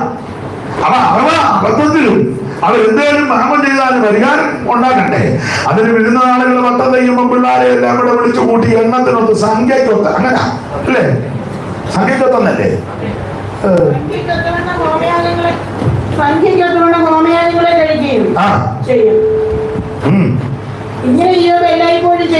എല്ലായ്പ്പോഴും അല്ല, എല്ലായ്പ്പോഴും. ചിലർക്ക് അങ്ങനെ ഇരിക്കുന്ന ഒരു ഉണർവുണ്ടാകും. അവര് പ്രശ്നക്കാരാ. അങ്ങനെ ഇരിക്കുമ്പോൾ ഓടിയെന്നും പറഞ്ഞ് 1-2 വിട്ടൊന്ന് ഇളക്കി പിറ്റേ ആഴ്ച അതിനൊക്കെ വന്ന് വലിയ രോഗത്തിന് വരികയില്ല. അങ്ങനെ ഇരിക്കുമ്പോ ഈ ഒരക്കൂട്ടിട്ട് ഇളക്കുന്ന കണ്ടിട്ടില്ലേ? അവര് പ്രശ്നക്കാരാ. എന്നും വരികയും കൂട്ടായ്മ ആചരിക്കുകയും പ്രാർത്ഥിക്കുകയും അവരെ പേടിക്കണ്ട. വല്ലപ്പോഴും ഒരു ഇളക്കം, ഈ പുലി ഇറങ്ങുന്നത് പോലെ രോഗത്തിന് വരുന്ന ആൾക്കാരുണ്ട്. ഇവിടെ പറയുന്ന ഇന്ന് പുലി ഇറങ്ങിയിട്ടുണ്ട് കേട്ടോ, അങ്ങനെയുള്ള ആൾക്കാരുണ്ട്. അവരെ സൂക്ഷിക്കണം. എന്റെ ഉദ്ദേശം നല്ല ഉദ്ദേശമൊന്നും അങ്ങനെ ഉണ്ട്. അപ്പൊ ശ്രദ്ധിക്കുക, എല്ലായ്പ്പോഴും അങ്ങനെ. ഈ ആരാധന പ്രാർത്ഥന വല്ലപ്പോഴുമല്ല, എല്ലായ്പ്പോഴും അങ്ങനെ. പ്രാർത്ഥന വല്ലപ്പോഴുമല്ല, എല്ലായ്പ്പോഴും. സ്തോത്രം വല്ലപ്പോഴുമല്ല. പിന്നെ നമ്മുടെ ആൾക്കാർക്ക് വെളിവില്ല കേട്ടോ. സ്തോത്രം ചെയ്യാൻ പറയുമ്പോൾ ഒരിക്കൽ കൂടെ സ്തോത്രം പറയുന്ന പുള്ളിക്കും വെളിവില്ല, കേൾക്കുന്നവരും അവർക്ക് ഒരു ബോധമില്ലെന്ന് പുസ്തകത്തിൽ വാക്യമുണ്ട്.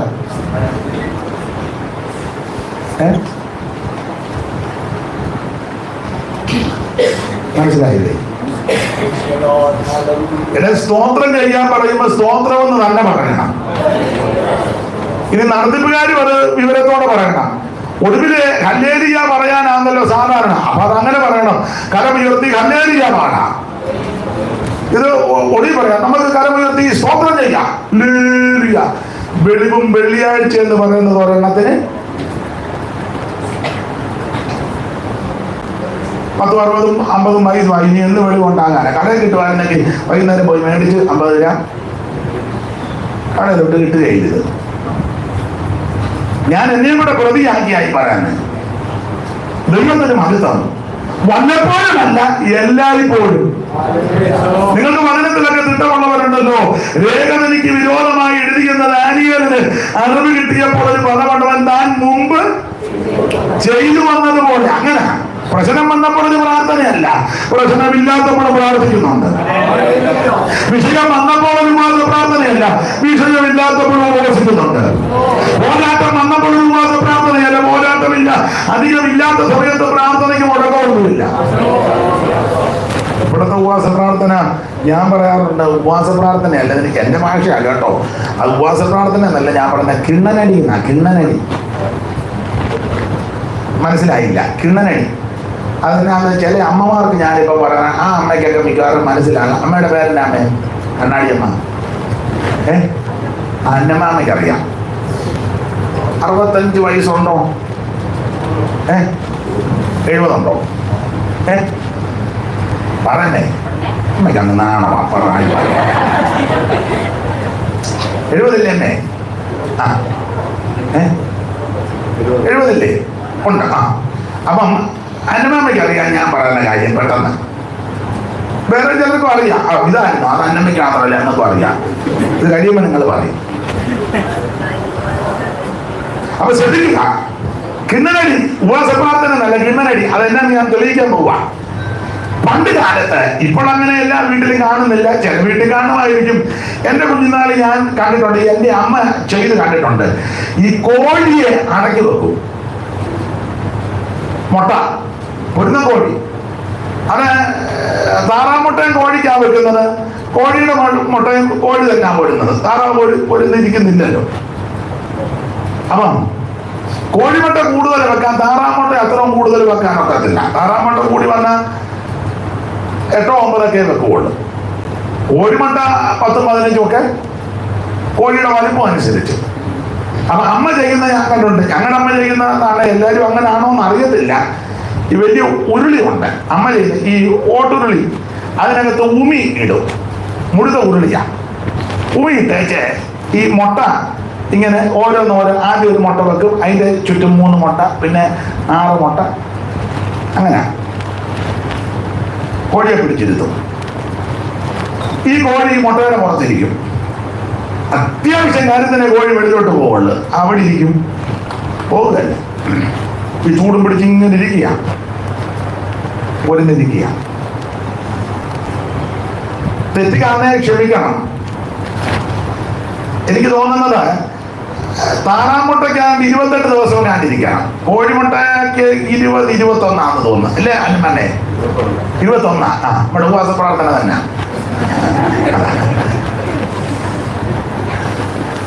അപ്പം 21 ദിവസം ഈ കോഴി ഇരുന്ന് കഴിയുമ്പോൾ ഞാൻ ശ്രദ്ധിച്ചിട്ടുണ്ട്. അമ്മ ചെയ്യുന്നതൊക്കെ ഞാൻ കൊച്ചിലെ കണ്ടു പഠിച്ചിട്ടുണ്ട്. ചില മുട്ട പൊട്ടി കുഞ്ഞുങ്ങൾ വെളി വരും. ചിലതിങ്ങനെ വിണ്ട് കയറിയിരിക്കും. ചിലത് ഈ കുഞ്ഞുകോഴി ചുണ്ടിട്ട് കുത്തി ഇങ്ങനെ പൊട്ടാറായി വരും. അത് അമ്മ കൈ കൊണ്ട് നുള്ളി പൊട്ടിക്കും. എന്നിട്ട് ഈ കോഴി കുഞ്ഞുങ്ങളെല്ലാം ഇറങ്ങുമ്പോ അമ്മ ചെയ്യുന്നതാണ് ഞാൻ കണ്ടേക്കുന്നത്. എല്ലാ അമ്മമാരും അങ്ങനാണോ എന്ന് എനിക്ക് അറിയത്തില്ല. ഇതിനെല്ലാം വെളി വന്നു കഴിയുമ്പോ ഈ കുഞ്ഞുകോഴിയുടെ ചുണ്ടിലൊരു പാടുണ്ട്. അത് പൊളിച്ച് കളയും. ഇങ്ങനെ 2 ചുണ്ടും കൂടെ ചേർത്ത് അത് പൊളിച്ച് കളഞ്ഞേച്ചേ. നെടിയരിയാണെങ്കിൽ കല്ലെ വെച്ച് ഒന്നുകൂടെ ഒതുക്കി പൊടിക്കും. പൊടിയരിയാണെങ്കിൽ ഒന്ന് ഒതുക്കിയാ മതി. മങ്കം താവലും ഒന്നും കൊടുക്കുകയല്ല. ഒന്നെങ്കിൽ നെടിയരി അല്ലേ പൊടിയരി. മങ്കം താവല് എന്ന് പറഞ്ഞാൽ കൊച്ചിക്കാൻ അറിയത്തുമില്ല. മങ്കം എന്നാന്നറിയാമോ? കാവല് നിനക്കറിയാവോ? കാവല് നിന്ന തള്ളയുടെ വലിയ തള്ളയുടെ മോളാണ് നീ. ആണെന്ന് വെല്ലുമ്മച്ച ഉണ്ടോ? എന്ത് ഇവിടെ കാണാൻ വന്നുണ്ടോ? കാവല് നിന്ന തള്ളയാ. കാവല് നിന്നിട്ടില്ല എന്നെ. പിന്നെ കുഞ്ഞുനാളിലൊക്കെ എന്ത് ബുദ്ധിമുട്ടാ. ഇപ്പോഴല്ലേ വയറ് നിറച്ച് ചോറ് കഴിക്കുന്നേ. ഇപ്പൊ അത് കഴിക്കാനും വേണ്ട. ഒരു പിടി ചോറിന് കൊതിച്ചവൻ ഇതിനകത്തുണ്ട്. അപ്പൊ ചുരുക്കി പറഞ്ഞാൽ നെടിയരിയോ പൊടിയരിയാണ് അത് കല്ലേ വെച്ചൊന്ന് ഒതുക്കി പൊടിച്ചേ. അതൊരു ചെറിയ പാത്രത്തിലോ അല്ല അവിടെ ഇങ്ങനെ ഭേദം. അമ്മ ചെയ്യുന്നതാ കണ്ടേക്കുന്നത്. പച്ചമഞ്ഞൾ പറിച്ചു കൊണ്ടുവന്ന് കല്ലേ വെച്ച് നന്നായിട്ട് അരച്ച് ഒരു കിണ്ണത്തിനകത്ത് അത് അല്ലെങ്കിൽ പാത്രത്തിൽ അത് കലക്കി വെള്ളം ഈ പൊടിയരിയുടെ അടുത്ത് കൊണ്ട് വെള്ളവും വെക്കും. എന്നിട്ട് ഈ കോഴിക്കുഞ്ഞുങ്ങളെയും കോഴിയും കൂടെ വെക്കുമ്പോൾ നല്ല കോഴി ഉണ്ട്. ഞാൻ കണ്ടിട്ട് കുഞ്ഞു കോഴി ഇറങ്ങി വന്ന കുഞ്ഞിന് ഇതുങ്ങൾ ഈ അരിയിലൊന്ന് കൊത്തും, വെള്ളത്തിലൊന്ന് മുത്തും. മുത്തിൽ ഇങ്ങനെ വെക്കുന്ന കാണാം. അവൻ എം.വി. ചാക്കോ സാറ് ക്ലാസ് എടുത്തപ്പോൾ ഞങ്ങളോട് പറഞ്ഞു അത് സ്തോത്രം പറയാം. ആയുസിലാദ്യം അരിയും കെട്ടി വെള്ളവും കെട്ടി രണ്ടും തന്ന ദൈവത്തിന് സ്തോത്രം. നമ്മള് 50 തിന്നാൽ പോലും ഒരു സ്തോത്രം പറയില്ല. പിന്നെ സ്തോത്രം പറയാൻ തൊണ്ട മുള്ളു കുരുങ്ങും ഭക്തം. നീ സ്തോത്രം പറയുകയാണെങ്കിൽ കോഴിയുടെ എല്ല് നിന്റെ തൊണ്ട മിണ്ടുന്നില്ല. ഒത്തിരി ബിരുദന്മാരുണ്ടെന്ന്. അപ്പൊ എന്തായാലും ഈ കോഴി ഇങ്ങനെയൊക്കെ അതിന്റെ ക്രമം. അപ്പൊ ചില ദിവസമൊക്കെ കോഴിയെ ഇങ്ങനെ കൂട്ടിനകത്തോ അല്ലെങ്കിൽ തത്തുല്യമായ സ്ഥലത്ത് ഇടും. പിന്നെ അവര് 2-3 ആഴ്ച കഴിയുമ്പൊക്കെ തുറന്നു വിടും. അപ്പൊ ഈ തള്ളക്കോഴിയുടെ ചുറ്റും ആ കുഞ്ഞുങ്ങൾ നിൽക്കുന്നത്. അത് ശബ്ദമൊക്കെ പുറപ്പെടുവിക്കുമ്പോൾ കൊച്ചുങ്ങൾ വന്ന് നിൽക്കും, തള്ള ഇങ്ങനെ നിൽക്കും.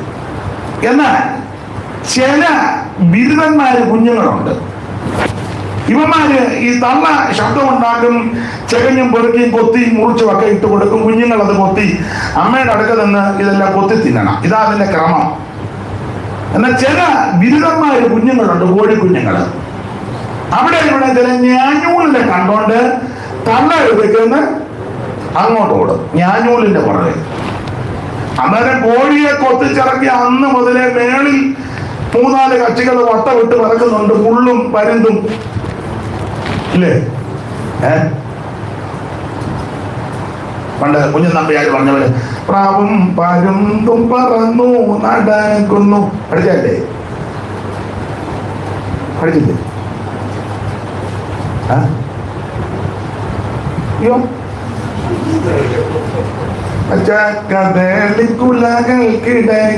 മെച്ചത്തിൽ നന്നായി പഴുത്ത പഴം ചത്തിലങ്ങനെ കണ്ടാൽ പവീതം. പഠിച്ചല്ലേ? ഇല്ലേ?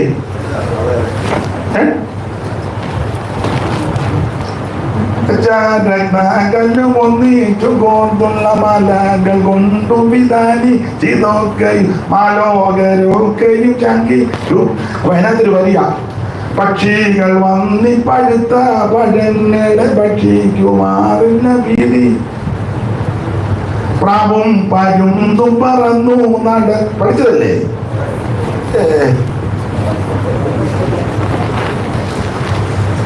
ആ മലയാളം പുസ്തകം വെച്ചിട്ട് അവരുടെ മേടിച്ചത് പിന്നെ അങ്ങനെ.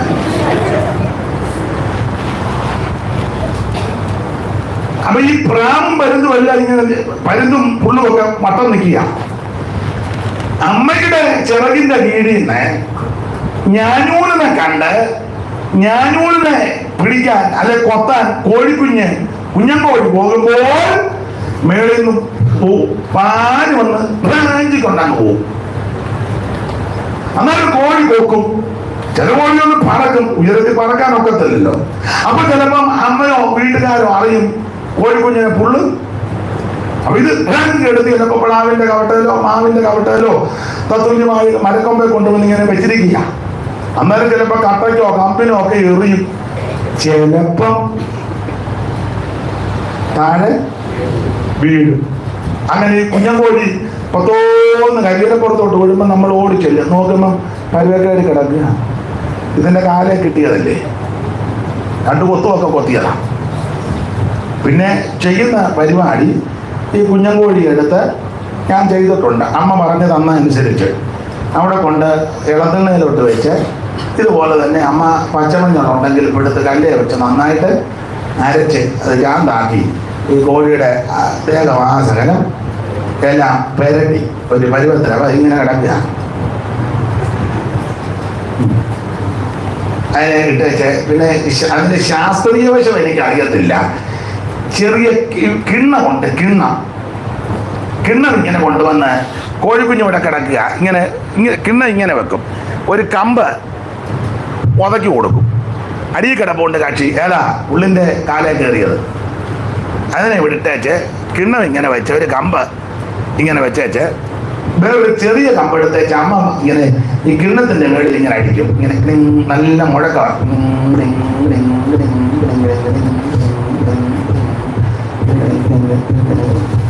അപ്പൊ നമ്മളോടും പറയാം അടിക്കാൻ. അതിനാ ഞാൻ പറഞ്ഞ കിണ്ണനടിക്കുന്ന ഇങ്ങനെ കിണിങ്ങനെ അടിക്കുമ്പോ ഈ പുള്ളു പിടിച്ച കോഴിക്കുഞ്ഞ് ഇതാ ഇപ്പൊ ഉപവാസ പ്രാർത്ഥന, നിന്നെ പുള്ളു പിടിച്ചതാ. നിന്റെ ഇരിപ്പ് കാണുമ്പോഴറിയാം നിന്നെ പുള്ളു പിടിച്ചതാ. അപ്പോൾ 3 ദിവസം കിണ്ണനടി. അപ്പൊ നമ്മൾ പറയും നമുക്ക് കാമാനത്തെ വിളിക്കാൻ പുള്ളി നന്നായിട്ട് കിണ്ണനടിക്കും. അപ്പൊ ഇന്ന് തന്നെയാ, ഇന്നലെ ആരായിരുന്നു? ആരാരുമായിട്ട് കിണ്ണൻ അടിച്ചല്ലോ. അത് മതി, അത് പറഞ്ഞൊരു അനുഭവം വേണം. 1 മാസത്തിൽ 27 ദിവസവും ഞാനൂലിന്റെ പുറകെ പോയി നിന്നെ പുള്ളും വരുന്ന ആഞ്ചി പണം വരുത്തി കൊണ്ടുവന്നപ്പോൾ അവൻ മാസത്തിന്റെ ഒടുവിലത്തെ 3 ദിവസം കിണ്ണനടി. ആദ്യത്തെ ദിവസം വന്ന പുള്ളി പിടിച്ച കോഴിക്കുഞ്ഞിനെ പോലെ ഇരിക്കുകയായിരുന്നു. 3-ാം ദിവസം വന്നപ്പോൾ ഉപവാസ പ്രാർത്ഥന. ഇനി അടുത്ത മാസം കൊണ്ട് കിണ്ണനടി. കാരണം 1-ാം തീയതി മുതൽ പിന്നെ പുള്ളു നിന്നെ പിടിക്കും. അപ്പൊ ചിലരുടെ ആ ഇരിപ്പും പോക്കും കാണുമ്പോ അറിയാ ഇവന് ആവശ്യമില്ലാത്തടത്തെല്ലാം 28 കെട്ടിന് പോയി, മാമോനിസായിക്ക് പോയി, ആണ്ടിയാത്തത്തിന് പോയി, അടിയന്തരത്തിന് പോയി, പാർട്ടിയുടെ പരിപാടിക്ക് പോയി, കോഴി പിടിക്കാൻ പോയി, ബൂത്തിൽ പോയിരുന്നു, ഇലക്ഷൻ വോട്ട് പിടിക്കാൻ പോയി, വേറെ ചില സംഘടനയുടെ പുറകെ. പേര് പറയണ്ടല്ലോ, പറയണോ? ഉപദേശമാര് വരെ പോകുന്നുണ്ട്. ഉണ്ട്. നിന്നെ പുള്ളു പിടിക്കുക. അടിയന്തരത്തിന് പോയി, ഉണ്ണിയപ്പം തിന്ന്, 16 അടിയന്തരത്തിന് പോയി, 5-നും പോയി, 40-നും പോയി, നല്ല പൂണന്റെ തീറ്റിയിൽ നിന്ന് ബാക്കി കൂടിനകത്ത് പൊതിഞ്ഞ് വീട്ടിലും വേർപാടില്ലല്ലോ. അവിടെ എല്ലാം പോയി ഇതിലങ്ങടെ തിന്നുവെടുത്തും പുള്ളു പിടിച്ച് പത്ത് പിടിച്ച് വന്നിരിക്കുക. പിന്നെ ഒരാഴ്ച കൊണ്ടു സ്തുതിച്ചോട്ടെ. ഒരിക്കൽ ആര് ശക്തി കൂടെ ഉള്ളിൽ ഇങ്ങനെ മില്ലുക. വലിയ കാലത്ത് കാര്യം നമ്മളോട് പറയാം, അന്ന് പിണ്ണതല എടുത്ത് നെഞ്ചുപോകും കൂടെ പുറം കൊടുത്തിരുന്ന ഇന്ന് വലിയതല്ലേ എന്നാ ഈ വാർത്താനെല്ലാം സൂചിപ്പിച്ച് ഉള്ളിക്ക് വിലക്കും കൂടെ. ഒരു കാര്യം പറഞ്ഞാൽ ഇത് ക്രമപ്പെട്ടവനെ ഇതിന്റെ ഒന്നും ആവശ്യമില്ല. ദൈവത്തിന് മഹത്വം. അതുകൊണ്ട് ദൈവമക്കളോട് കർക്കശമായി പറയാ, ആവശ്യമില്ലാത്ത ഒരു കാര്യത്തിന് നീ പോകരുത്. നീ വേർപെട്ട ദൈവമകനാണ്. നീ വേർപാട് പാലിക്കണം. പ്രധാനത്തോടെ വിശുദ്ധിയോടെ വിശ്വസ്തയോടെ വേണം ദൈവത്തെ പഠിക്കാം. ഊഴമില്ലാത്തതായിരിക്കണം. ഞാൻ ഭാഗമെന്ന് അധികം വിവരിക്കുന്നില്ല. അങ്ങ് നിർത്തുക. 8:30 നിർത്തട്ടെ. 9 ആണോ? ആട്ടെ. ദൈവത്തിന്റെ മഹത്വം. അപ്പോൾ യോബ് യാഗം കഴിക്കുന്നവനാ, എന്നത്തിനൊത്ത് സംഖ്യക്കൊത്ത്. അങ്ങനെ യോബ് പരമഭക്തനായിട്ട് ജീവിക്കുക. ഓടിച്ച് മുമ്പോട്ട് പോകാം. നമ്മുടെ വിഷയം ഓർക്കുന്നുണ്ടല്ലോ, ദൈവം അറിയാതെ ഒന്നും സംഭവിക്കുകയല്ല. സകലത്തിന്റെ അധികാരി നമ്മുടെ കർത്താവാണ്. ദൈവത്തിന് മഹത്വം ഉണ്ടാകട്ടെ. അപ്പൊ ചുരുക്കി പറഞ്ഞാൽ ഇങ്ങനെ പരമഭക്തനായിട്ട് ജീവിക്കുക. കുഞ്ഞുങ്ങൾക്ക് വേണ്ടിയും പ്രാർത്ഥിക്കുക. ദേശത്തിന് വേണ്ടിയെല്ലാം പ്രാർത്ഥിക്കുന്ന നല്ല ഭക്തനാണ്. ഒരു ദിവസം ഇങ്ങനെ യോബ് ഭക്തിയോട് ചോദിച്ചു, ഒരു ദിവസം ദൈവപുത്രന്മാരെല്ലാം യഹോവയുടെ സന്നിധിയിൽ നിൽപ്പാൻ ചെന്നു. ആ കൂട്ടത്തിൽ ആര് ചെന്നു? സാത്താനും ചെന്നു. പുള്ളിക്ക് അങ്ങനെ പോകാം. ഇപ്പോഴും പുള്ളിക്ക് സ്വർഗത്തിൽ പോകാം. നമ്മളോട് സ്വർഗത്തിൽ ഭൂതന്മാര് തന്നെയാണ്. വ്യായുണ്ട് ഉണ്ടോ? അതിൽ അവിടെ കഴിഞ്ഞപ്പോ എവിടുന്നാ വരുന്നത്? പുള്ളി പറഞ്ഞ മുക്കാഞ്ഞിരത്തിൽ നിന്നാ ഇപ്പം വരുന്നത്. ഞാൻ പാകിലും വള്ളത്തും ഒക്കെ ആയിരുന്നു. അടുത്ത ആഴ്ച മുളകുപുഴ വരെ പോകുന്നുണ്ട്. ഷാജി നമ്മളോർക്കുന്ന എവിടെയെങ്കിലും വ്യാജി ചെല്ലുകയല്ല. അയ്യോ ഇതെല്ലാം കേന്ദ്രമാണ്. നിൽക്കണം ഇത് സ്വർഗത്ത് വരെ വ്യാജി അല്ല. എന്നാലും മുളക്കുഴയിലും പാകിലും വ്യാജി വരാത്തത്. കുമ്പനാണ്ടും വ്യാജികളിയാണ്. നിങ്ങൾ വിശ്വസിക്കുന്നില്ല. ഇവിടെ തമ്മിൽ അടി ഉണ്ടാക്കണം വ്യാജല്ലേ? അല്ലേ? ദൈവാത്മാവാണ് ഞാൻ വിശ്വസിക്കുന്നില്ല. കൂട്ടുവേലക്കാരന് തെറി പറയുകയും ചെളി വാരി വരുന്നത് വ്യാജല്ലേ? പറ, ദൈവാത്മാവാണോ വ്യാജാണോ? വിശാജാണ്. അങ്ങോട്ടും ഇങ്ങോട്ടും കൊമ്പ് കൊടുക്കുക, കുത്തിൽ പിടിക്കുക, പെടലിക്ക് പിടിക്കുക, കൊങ്ങായ്ക്ക് പിടിക്കാതെ ദൈവാത്മാവാണോ വ്യാജാണോ? ഓഫീസിനകത്ത് കസേര എടുത്ത് അടിക്കാൻ ചെല്ലുന്നത് ദൈവാത്മാവാണോ? നിങ്ങൾ സമാധാനം പറഞ്ഞ ചെയ്യാൻ അടുത്ത പോയിന്റ് പറഞ്ഞുള്ളൂ. പോയിന്റ് ഇല്ലാഞ്ഞിട്ടല്ല.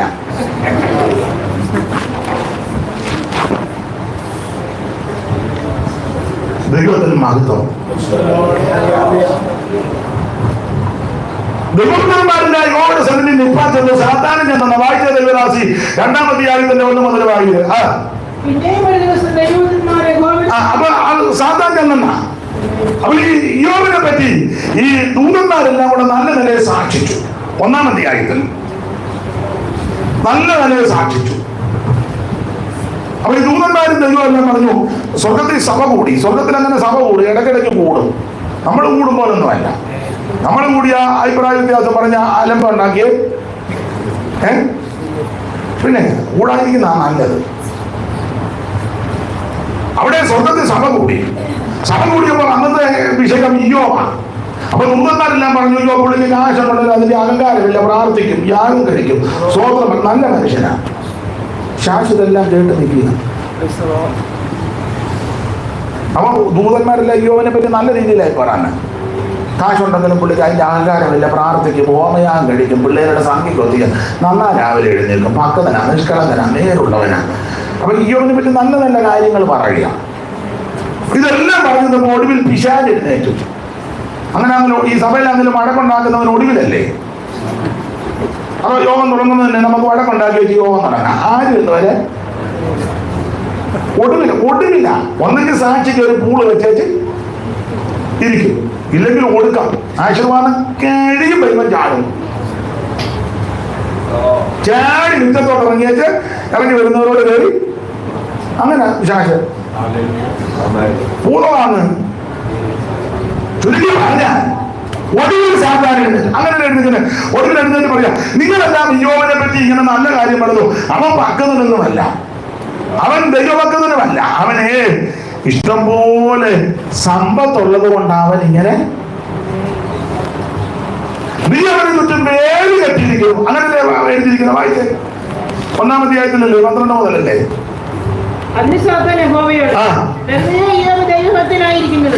ഭക്തനായിട്ടിരിക്കുന്ന വെറുതെയാണോ? നീ അവനും അവന്റെ വീടിനും അവനുള്ള സകലത്തിന് ചുറ്റും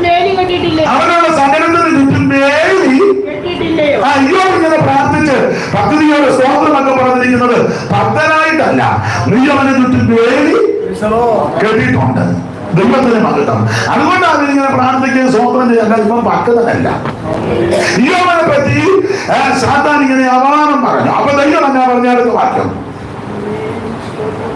ദൈവ സാത്താനോട് അങ്ങനെയാണെങ്കിൽ പിശാചേ ഇയ്യോബിനുള്ളതെല്ലാം നിന്റെ കയ്യിലോട്ട് വരിക.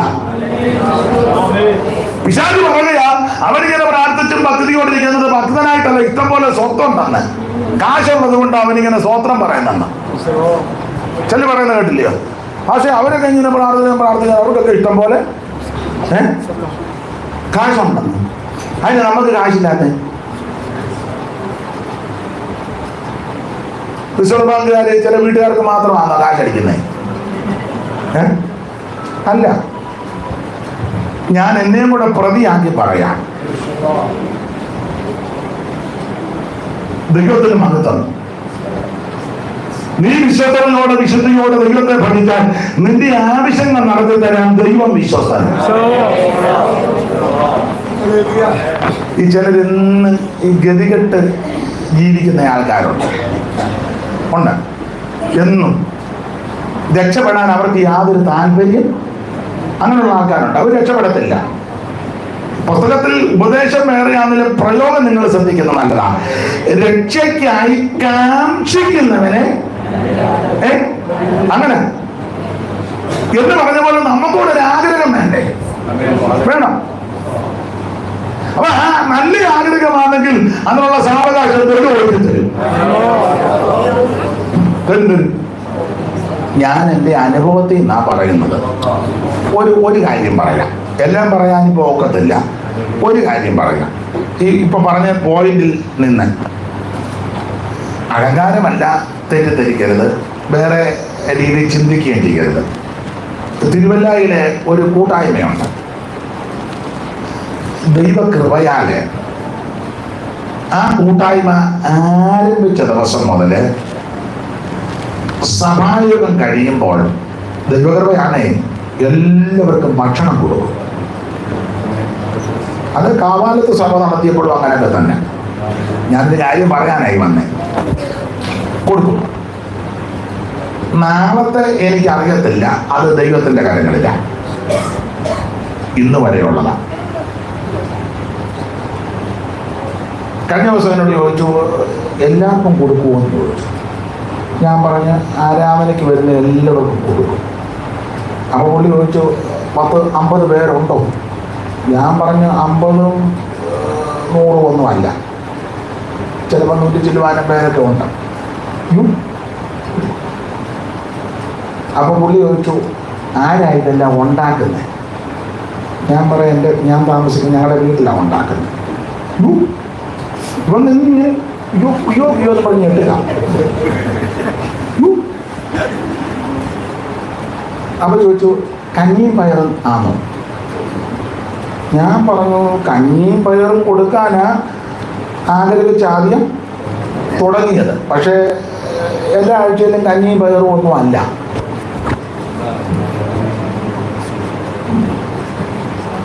അപ്പൊ അവൻ ചോദിച്ചു, ആരാ ഇതല്ല? ഞാൻ പറഞ്ഞു, ഞാനും കൂടെ കൂടിയാവും ഉണ്ടാക്കുന്നത്. അത്യാവശ്യ കാര്യമൊക്കെ എനിക്കറിയാം, നിങ്ങളുടെ അത്ര ഒന്നും അറിയത്തില്ല. നിങ്ങളെല്ലാം പാചകറാണിമാരും നിങ്ങളുടെ അത്ര ഒന്നും അറിയത്തില്ല. എന്നാലും നിന്ന് പഴയ്ക്കും. സ്തോത്രം. കഴിഞ്ഞ ആഴ്ചയിലും ദൈവകൃപയിൽ ശരണപ്പെട്ട് കഴിഞ്ഞ ആഴ്ച വരെ ഭക്ഷണം കൊടുത്തു.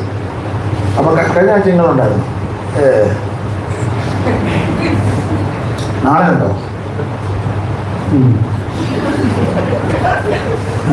അവർക്കിടയ്ക്ക് വേറെ മീറ്റിങ്ങിന് പോകുന്നതുകൊണ്ട് തെറ്റിദ്ധരിക്കരുത്, നല്ല രീതിയിൽ എടുക്കണേ. കഴിഞ്ഞ ആഴ്ചയിലും എല്ലാവർക്കും ഭക്ഷണം കൊടുക്കാൻ ദൈവം കൃപ നൽകി. നല്ല രീതിയിലാണ് കൊടുക്കുന്നത്. എനിക്ക് ഞാൻ ലൈവിൽ പറയുന്നതൊക്കെ തെറ്റായി, എന്നാലും പറയാതിരിക്കാനും ഒക്കത്തില്ല. ആരെങ്കിലും ഗുണമാകുക അല്ലേ. ഞാൻ ആ മീൻ മേടിക്കാൻ പോകുന്നത്, ഞാൻ ആ മീൻ കഷണിക്കുന്ന പുള്ളിയോട് പറയുന്നില്ല, മുഴുത്ത പീസ് വേണം. അതൊക്കെ എനിക്ക് നിർബന്ധമാണ്. അപ്പം ഇപ്പൊ എന്നെ അറിയാം, അതുകൊണ്ട് ഇപ്പൊ പറയണ്ട.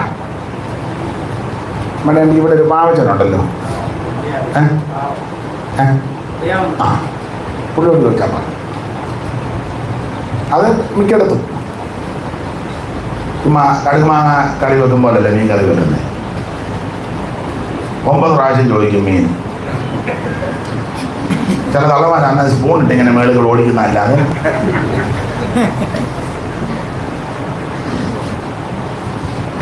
എനിക്ക് നിർബന്ധമായ കാര്യമാണ്, വയറ് നിറച്ച് കഴിക്കണം, കളയരുത്. ഒരു ചോറ് കളയരുത്. കളഞ്ഞാൽ ഞാൻ ഇടയും, വിടുകയല്ല.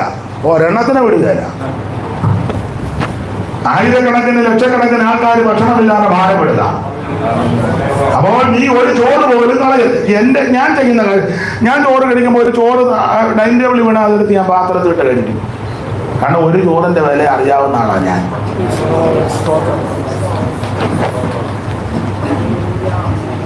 കുഞ്ഞുനാളിലൊക്കെ സ്കൂളിൽ പഠിക്കുമ്പോഴേ 4 മണി വിട്ട് വരുമ്പോ ചിലപ്പോ കാണുകയല്ല. ചിലപ്പോ എന്തെങ്കിലും ഒന്ന് കഴിച്ചാൽ കൊള്ളാന്ന് ഓർത്താ വരുന്നത്. പക്ഷെ ഒന്നാലും അമ്മ പറയും നെല്ല് കുത്തിച്ചോണ്ട് പാടാന്ന്. ഒന്നാമത് പഠിക്കാൻ മോശമാണ്. അത് വർത്താനം കേൾക്കുമ്പോൾ അറിയാമല്ലോ. പഠിക്കാൻ മോശമാണ്. ടീച്ചറിന്റെ അടി.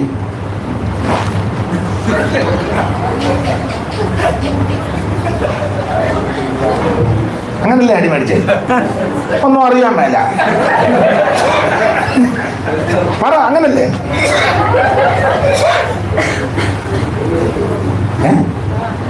പറ പറഞ്ഞല്ലേ? എന്താ ചെയ്തപ്പെടാ ഒറ്റക്കാലം നവരാജം നിൽക്കുമ്പോലെ പഠിക്കാൻ മോശമാണ്. അമ്മ അടി ഇമ്പോസിഷനും ചിലപ്പോൾ ചില ക്ലാസ്സിൽ വെളിയിലിറക്കി നിർത്തുകയും ഹെഡ്മാസ്റ്റർ വന്നപ്പോൾ പേടിച്ചു. അതാണ് മുഴുത്ത ചൂടിലുമായിട്ട് വരിക, വലിയ കൊടുവാളുമായിട്ട്. അപ്പൊ വന്ന് വെച്ചു അയാളുടെ വേറെ അടി. നിങ്ങൾക്ക് മനസ്സിലാകുന്നില്ലേ? മേടിച്ചിട്ടുണ്ടോ?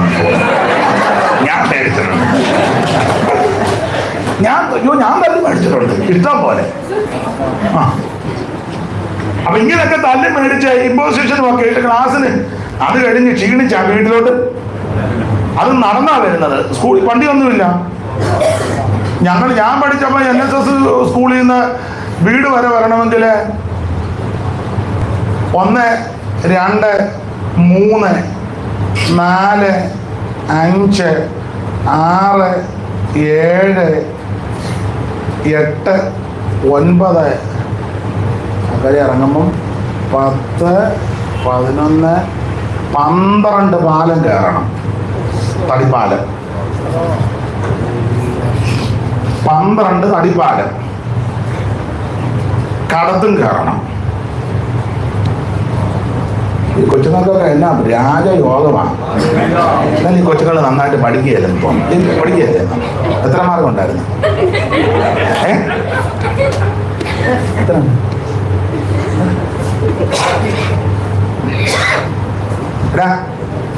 നിനക്ക് എത്ര മാർഗം ഉണ്ടായിരുന്നു?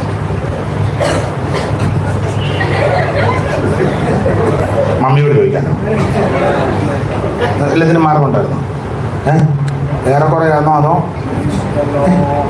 അല്ല, നന്നായിട്ട് പഠിച്ചോണം കേട്ടോ. കുഴപ്പമില്ല കേട്ടോ. കേട്ടോ? കർത്താവ് വരാൻ താമസിച്ചാൽ നല്ല വിദ്യാഭ്യാസം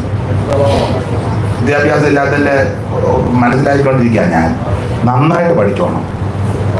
ആരും നിങ്ങളെ ഞോണ്ടിക്ക് കുത്തുകൊന്നും ചെയ്യരുത്. അല്ല എന്നെ ഭാഷ സമയമായിരുന്നു.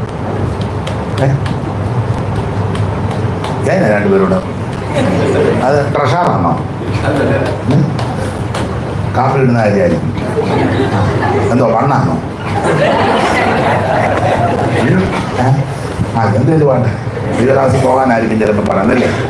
മാസ്റ്ററിന് പ്രയാസപ്പെടുക. ദൈവരാശി എന്നിപ്പം എനിക്ക് വിവരമില്ലാത്തവൻ അവരെല്ലാം വിളിച്ച് പറയുമെന്ന് ഓർത്ത് പുള്ളി ഞരങ്ങുക. ഓപ്പോ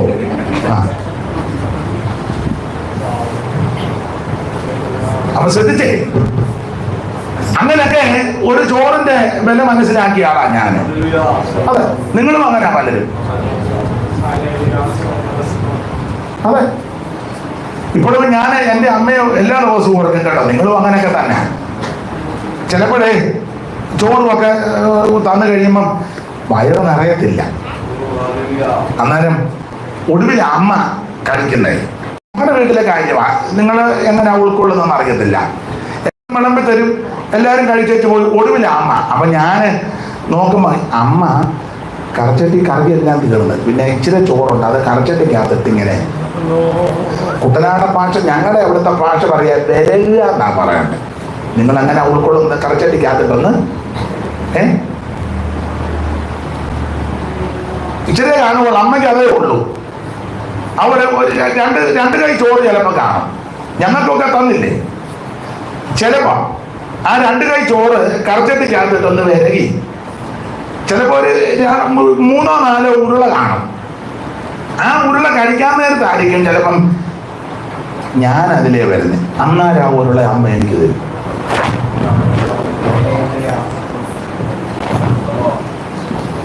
ഞാനതൊക്കെ അനുഭവിച്ചിട്ടുണ്ടാണ്.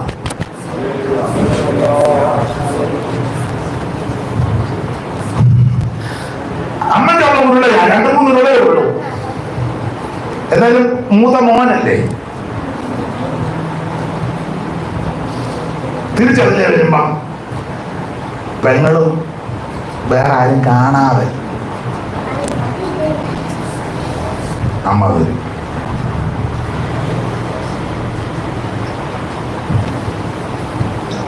നിങ്ങൾക്ക് അങ്ങനെയുള്ള അനുഭവം ഉണ്ടായിട്ടുണ്ടോ എന്ന് എനിക്ക് അറിയത്തില്ല. ഞാൻ എൻ്റെ അനുഭവം പറഞ്ഞതാണ്.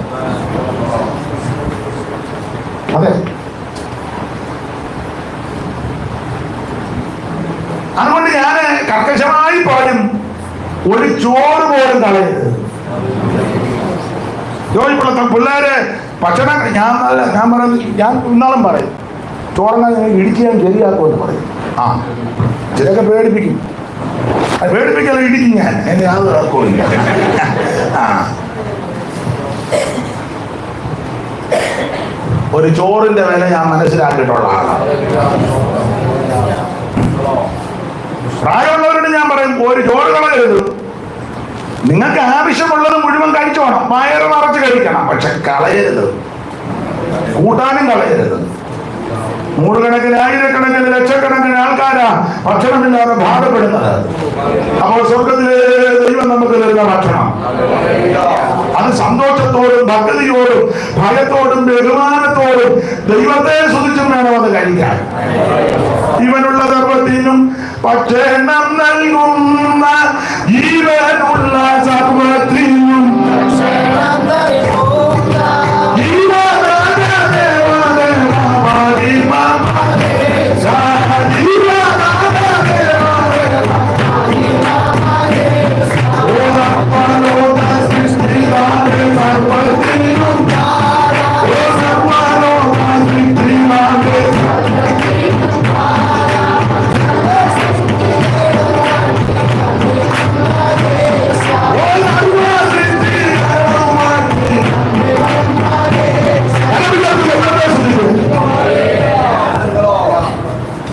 നിങ്ങളുടെ സാഹചര്യം എനിക്കറിയത്തില്ല, ഞാനിതൊക്കെ ഓപ്പണായിട്ട് പറയും കേട്ടോ.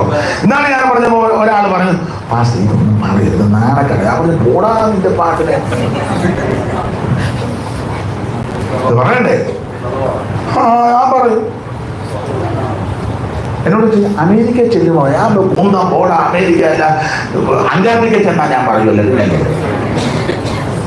പറയും അനുഭവത്തിന്റെ കാര്യം പറയും. ഞാനിപ്പോഴും ഓർക്കുന്നുണ്ട്, നിങ്ങൾ എങ്ങനെ ഉൾക്കൊള്ളുമെന്ന് അറിയത്തില്ല. ഈ ചിലപ്പം വീട്ടിലെ ഒരു കൂട്ടാനെ വെക്കുകൊള്ളന്ന് വരാല് കറി വെക്കും. ചിലപ്പം മേടിക്കുമ്പോഴേ അപ്പൊ ഈ നല്ല അനുമാനക്കറിയാം, വിളഞ്ഞ വരാല് കറി വെച്ചാൽ പൊലിക്കും ഇല്ലേ?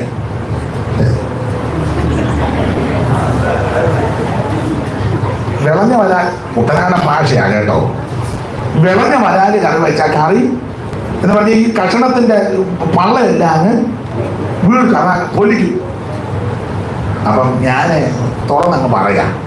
അപ്പൊ ഈ അടുപ്പേ കറി തിളയ്ക്കുമ്പം ഞാൻ ഇങ്ങനെ നോക്കിയാൽ ഞാൻ അമ്മയോട് പറയും, കണ്ട ആ മുറുക്ക് എനിക്ക് തരണം.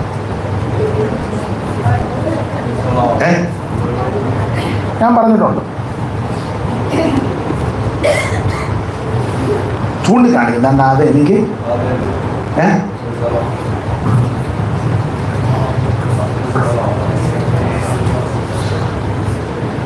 ഞാൻ മൂത്ത മോന, അതുകൊണ്ട് അമ്മയത് തന്നിട്ടുമുണ്ട്.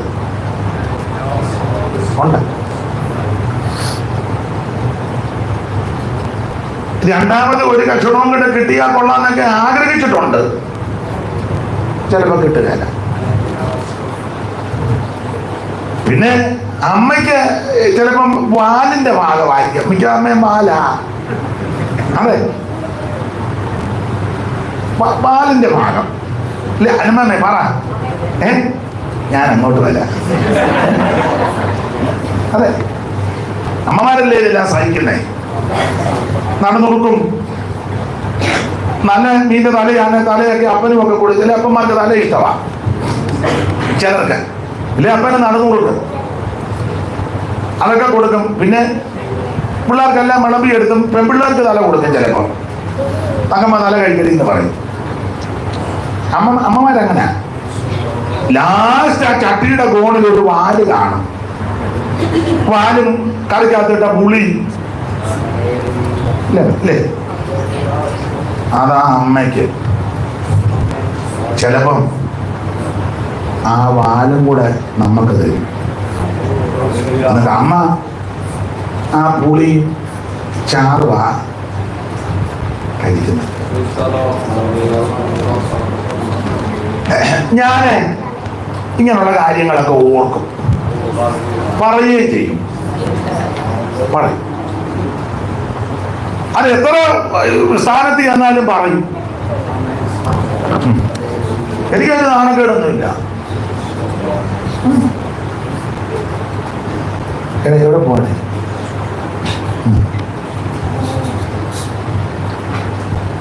അപ്പൊ ശ്രദ്ധിച്ചേ. ഞാനിപ്പോ നിർത്തിയാക്കാം. എന്തിനാ? കഴിഞ്ഞ ബുധനാഴ്ച കാവാലത്ത് കല്ലിട്ടു.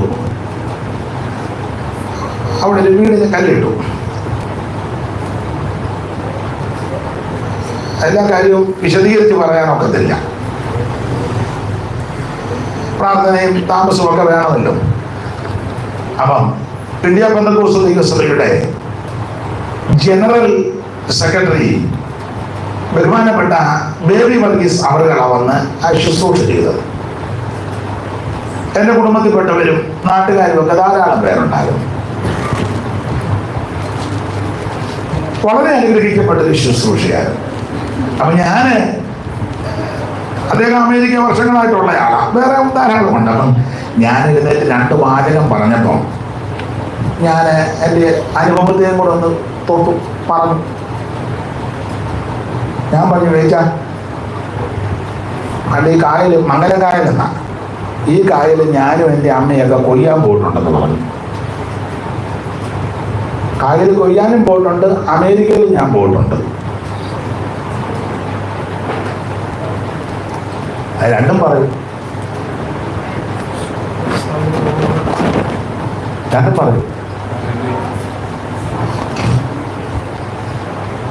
ഈ കായൽ കൊയ്യാൻ പോയിട്ടുണ്ട് ഞാനും അമ്മയും. എനിക്ക് ഇച്ചിരി സാമർഥ്യമുണ്ട്, കുഞ്ഞിലേ മുതലേ ഉണ്ട്. അത് നിങ്ങൾക്കും ചിലപ്പം മനസ്സിലായി കാണുമായിരിക്കും. മക്കൾ പറയാൻ ചില കൂടുതലാ. അമ്മമ്മയ്ക്ക് അങ്ങനെ തോന്നിട്ടില്ലേ? അമ്മമ്മ തല അങ്ങനെ ഞാൻ കണ്ടു.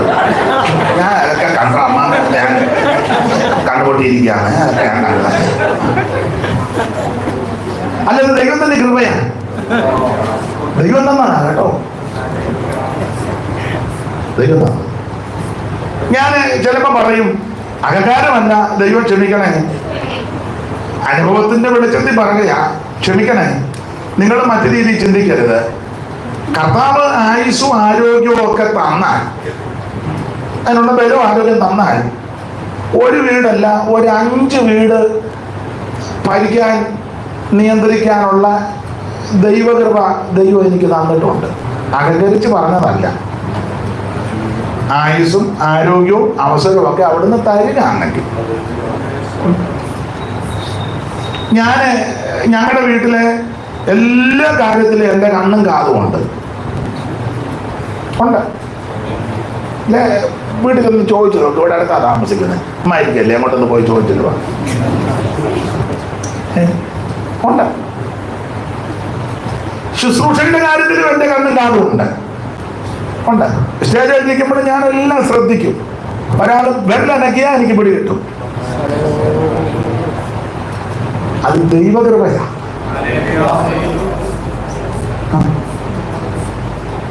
ഇപ്പോൾ ഇവിടെ നിന്ന് ഞങ്ങളുടെ വീട്ടിൽ എന്തെല്ലാം സാധനം എവിടെയൊക്കെ ആയിരിക്കുന്നത് ഞാൻ പറയാം.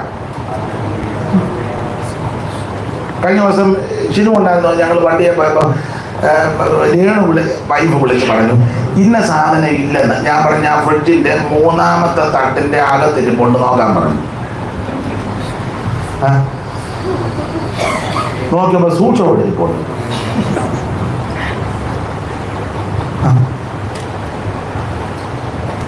അയ്യോ, വെളിപ്പാട് കണ്ടതൊന്നും അല്ല. നോക്കുന്നു അത്രയ്ക്ക് വെളിപ്പാട്. അയ്യോ അല്ല, ജഗതേക്ക് ഇപ്പൊ നമ്മുടെ ഫ്രിഡ്ജിനകത്ത് പുള്ളി വെളുപ്പം വിളിച്ച് ഞാൻ ഫ്രിഡ്ജിനകത്ത് ചീഞ്ഞ മുട്ട വെള്ളം വെച്ച് പുള്ളി ഇറങ്ങാനും അത് വെളിപ്പാടൊന്നും അല്ല.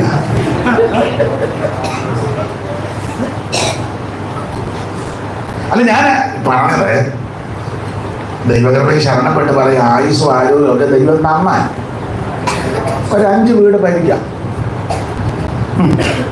ദൈവം അനുവദിച്ച.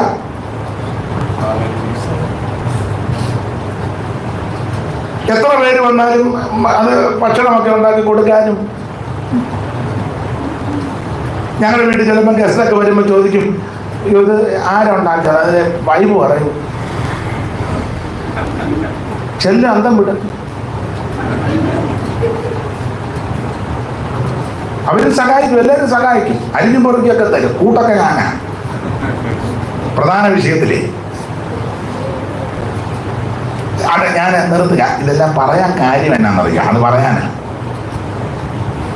കൊടുക്കാനും ചെയ്യാനും മനസ്സുണ്ടെങ്കിൽ വഴി ദൈവം ഒരുക്കി. അത് പറയാനായി വന്നേ. കൊടുക്കാനും ചെയ്യാനും മനസ്സും താല്പര്യവും ഉണ്ടെങ്കിൽ നീ കുറിച്ച് വെച്ചു, ദൈവം വഴി ഒരുക്കി തരും. നാളെ ഞങ്ങൾക്ക് സഹായമുണ്ട്. ഇന്ന് രാത്രി ചെന്നിട്ട് എനിക്ക് ജോലിയുണ്ട്. ഞാൻ പിള്ളേരോട് പറഞ്ഞു കൂടെ നിൽക്കണം. അവിടെ സഹായത്തിന് 1-2 പേരുണ്ട്. എന്നാലും മേൽനോട്ടം ഞാൻ വഹിക്കും. സഭായോഗമൊന്നും മുടക്കത്തില്ല. ഒറ്റ യോഗവും മുടക്കുകയല്ല. ചിലപ്പോൾ ജോലി തിരക്കുണ്ടെങ്കിൽ ചിലപ്പോൾ ഇച്ചിരി താമസിക്കും. എന്നാലും യോഗം മുടക്കുകയല്ല. ഞാൻ കഴിഞ്ഞ ദിവസം ഒരാൾ പറഞ്ഞു എനിക്ക് ഒത്തിരി പ്രതിഫലവും കിട്ടുമെന്ന് പറഞ്ഞു. നമുക്ക് കൊടുക്കാനും ചെയ്യാനും ഒക്കെ മനസ്സുണ്ടെങ്കിൽ ഉറപ്പിച്ചും തറപ്പിച്ചും പറയുക ദൈവം നിനക്ക് വഴിയൊരുക്കുന്നത്. ദൈവം നിന്നെ കൈവിടുകയില്ല, നിന്നെ ഉപേക്ഷിക്കത്തില്ല, നിന്നെ ദൈവം തകർത്ത് കളയത്തുമില്ല. നിശ്ചയമായിട്ട് നിന്നെ അനുഗ്രഹിക്കും. നല്ല മനസ്സൂടെ ഉണ്ടായിരുന്നു. ഞാൻ ചില സഹോദരിമാരോടൊക്കെ പറയും ഒരു കൂട്ടാനേ ഉള്ളൂ, ഇച്ചിരി ചോറേ ഉള്ളൂ, മതി. പക്ഷേ അത് നല്ല മനസ്സോടാ ചെയ്യുന്നെങ്കിൽ അതിന് നല്ല രുചിയായിരിക്കും. അതെ, ഇപ്പൊ ഒരു സാമ്പാറും ചൂടിയോറും ഉള്ളു മതി. ഒത്തുന്നെങ്കിൽ ഒരു മുളക് കുടച്ചത് അത് ഈ നല്ല മനസ്സോടും സന്തോഷത്തോടും കൂടെ ചെയ്യുന്നെങ്കിൽ അതിന് ഭയങ്കര രുചിയാണ്. അതെ, അത് കഴിക്കുന്നവർ പറയുക അമ്മാമ്മ ഇതിനകത്ത് തന്നെ ചേർത്ത് ഇത് മതി, ചെറിയൊരു സാമ്പാർ പറഞ്ഞു പോകും. ഇതങ്ങനല്ലല്ലോ. ചിലര് പ്രാഗി അലച്ച് വെണ്ടയ്ക്കായി കുഞ്ഞ വീട്ടിൽ വന്നിട്ട് എൻ്റെ കയ്യും കൂടെ എൻ്റെ ഭർത്താവിനെ നിങ്ങൾക്ക് ആരാ ഈ കിഴങ്ങ് തന്നത്? കിഴങ്ങൻ ഉണ്ടോ? അവൻ ചന്തയിൽ കിടന്ന് കിഴങ്ങ് മേടിച്ച് കൊടുത്തത് പറയുന്നുണ്ട്. അവന് ചിരണ്ടി തന്നതിൻ്റെ തൊലി മേൽ നീന്തൽ കിഴങ്ങാൻ കൊണ്ടുവന്ന മോന്ത എറിഞ്ഞ് അങ്ങനെ ആയി സാമ്പാർ ഉണ്ടാക്കുന്നത് രുചി ഉണ്ടാകുമോ? നിങ്ങൾ പറ. അല്ല, നിങ്ങൾ പറ. അതേസമയം നീ സ്തോത്രം പറഞ്ഞൊന്ന് ചെയ്തേ, സ്തോത്രം പറഞ്ഞൊന്ന് ചെയ്തേ. നീ പാചകറാണി അല്ലെങ്കിലും ആ ചെയ്വനക്കകത്ത് ഒരു ദൈവകൃപ കാണുകയും ഉറപ്പാ ഉറപ്പാ. മിസ്സിസ് കെ എം മാത്യു ഒന്നും അല്ലെങ്കിലും അറിയത്തില്ലേ മിസ്സിസ് കെ എം മാത്യുവിനെ? ആരാ?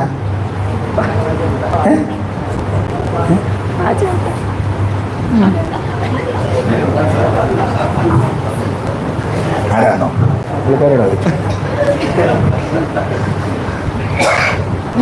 ഞാൻ ഓപ്പണായിട്ടാ പറഞ്ഞത്.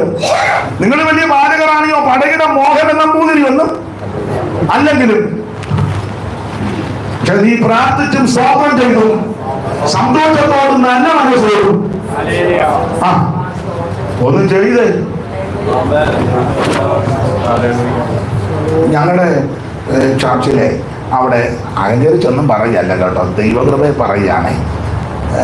ഈ എല്ലാ ആഴ്ചയിലും ശിനുവിനും അറിയാം, അവർക്കൊക്കെ അറിയാം. ഈ മീൻ കൂട്ടാൻ കഴിച്ചു മിക്കവരും പറയും നല്ലതാണ് കേട്ടോ. ആരാ ഇല്ലയോടാ പറയാനാ കഴിച്ചു പോകാൻ. രണ്ട് മൂന്നും കണ്ണെടുത്ത് കഴിക്കുന്നതിനാ ഉണ്ടായിരിക്കുക.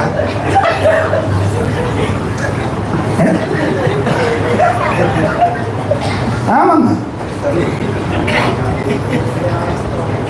അപ്പൊ എന്നോട് പലരും പറഞ്ഞിട്ടുണ്ട് നല്ലതായിരുന്നു കേട്ടോ. അത് പാചകകല ഉണ്ടായിട്ടല്ല, ഞാൻ എൻ്റെ അനുഭവത്തിൽ പറയാം. ഒന്ന്, നല്ല മനസ്സോടാ ചെയ്യുന്നത്. അതെ, നല്ല മനസ്സോടാ ചെയ്യുന്നത്.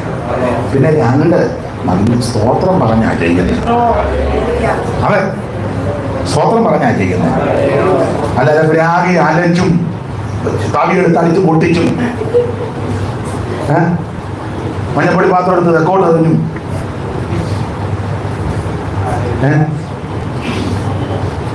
ഒന്ന് ചെയ്തു നോക്കിക്കേ. ഇതുപോലെ നിന്റെ ഭർത്താവ് എന്ത് വെച്ചാലും നിന്നെ കുറ്റം പറയാ.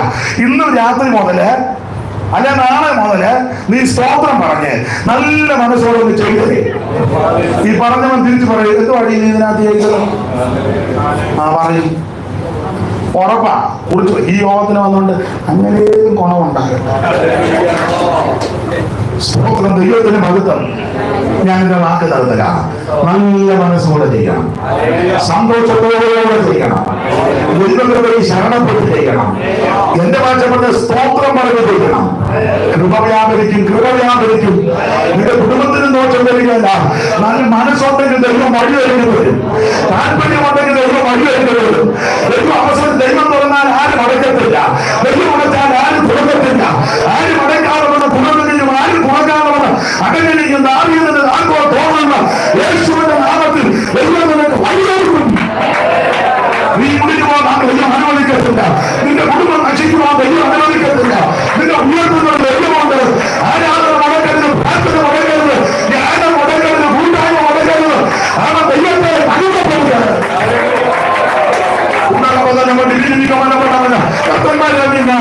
കാത്തിരിക്കുന്ന ഞാൻ കർത്തൻ പാടാനായി, കാത്തിരിക്കുന്ന ഞാൻ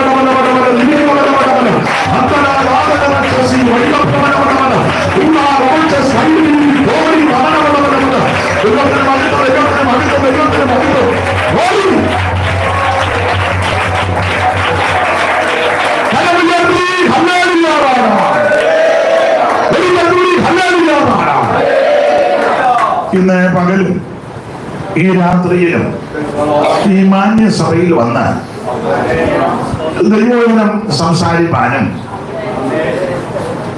നിങ്ങളോട് സംഭാഷിപ്പാനും ദൈവം കൃപ നൽകി. എന്നെ ഈ ശുശ്രൂഷയ്ക്ക് ക്ഷണിച്ച ഈ സഭയുടെ ശുശ്രൂഷകൻ മാന്യ കർത്തദാസൻ കുടുംബം, ഈ സഭയുടെ അംഗമായിരിക്കുന്ന രാത്രി വന്ന കർത്തദാസൻ, ഈ സഭയിൽ ദൈവത്തെ ആരാധിക്കുന്ന ബഹുമാന്യരായ പിതാക്കന്മാരും സഹോദരന്മാരും മാതാക്കളും എല്ലാ സഹോദരിമാരും കുഞ്ഞുങ്ങളും എല്ലാവർക്കും നന്ദി. ഓൺലൈനിൽ ചില പ്രിയപ്പെട്ടവരുണ്ട്, അവർക്ക് നന്ദി. നിങ്ങൾ ഓർക്കുമ്പോൾ എളിയവനെയും കുടുംബത്തെയും ശുശ്രൂഷകളെ ഓർത്ത് പ്രാർത്ഥിക്കണമെന്ന് എല്ലാവരോടും അപേക്ഷിക്കും. എല്ലാ കൂട്ടായ്മയ്ക്കും നന്ദി. ദൈവം നിങ്ങളെ അനുഗ്രഹിക്കട്ടെ. കർത്താവിന്റെ കൃപ എല്ലാവരുടെയും കൂടി ഇരിക്കട്ടെ. ഇപ്പൊ കർത്താവിന്റെ ദാസനെ പ്രാർത്ഥിച്ച് ആശീർവാദം പറയും. നന്ദിമാരെ ഒന്നും പറയണ്ട. ഇപ്പൊ ഒരു വാക്ക് പ്രാർത്ഥിച്ച് ആശീർവാദം പറഞ്ഞേച്ച് നന്ദി. കാരണം മിക്ക യോഗത്തിനും കൺവെൻഷൻ ചെല്ലുമ്പോൾ നന്ദിവാചകം പറഞ്ഞ് അന്തരീക്ഷം കെടുത്തിയേ വിടുകയുള്ളൂ. പിന്നെ ഷാജി കയറി പ്രവർത്തിക്കും. അപ്പൊ ഇപ്പൊ അന്ന് ആരാന്ന് വെച്ചാൽ പാസ്റ്റ് പ്രാർത്ഥിച്ച് ആരാന്ന് വെച്ചാൽ ആശീർവാദം കഴിഞ്ഞതിന് ശേഷം എന്തെങ്കിലും പറയാനുണ്ട് വിളക്ക് പോകണം പറഞ്ഞു.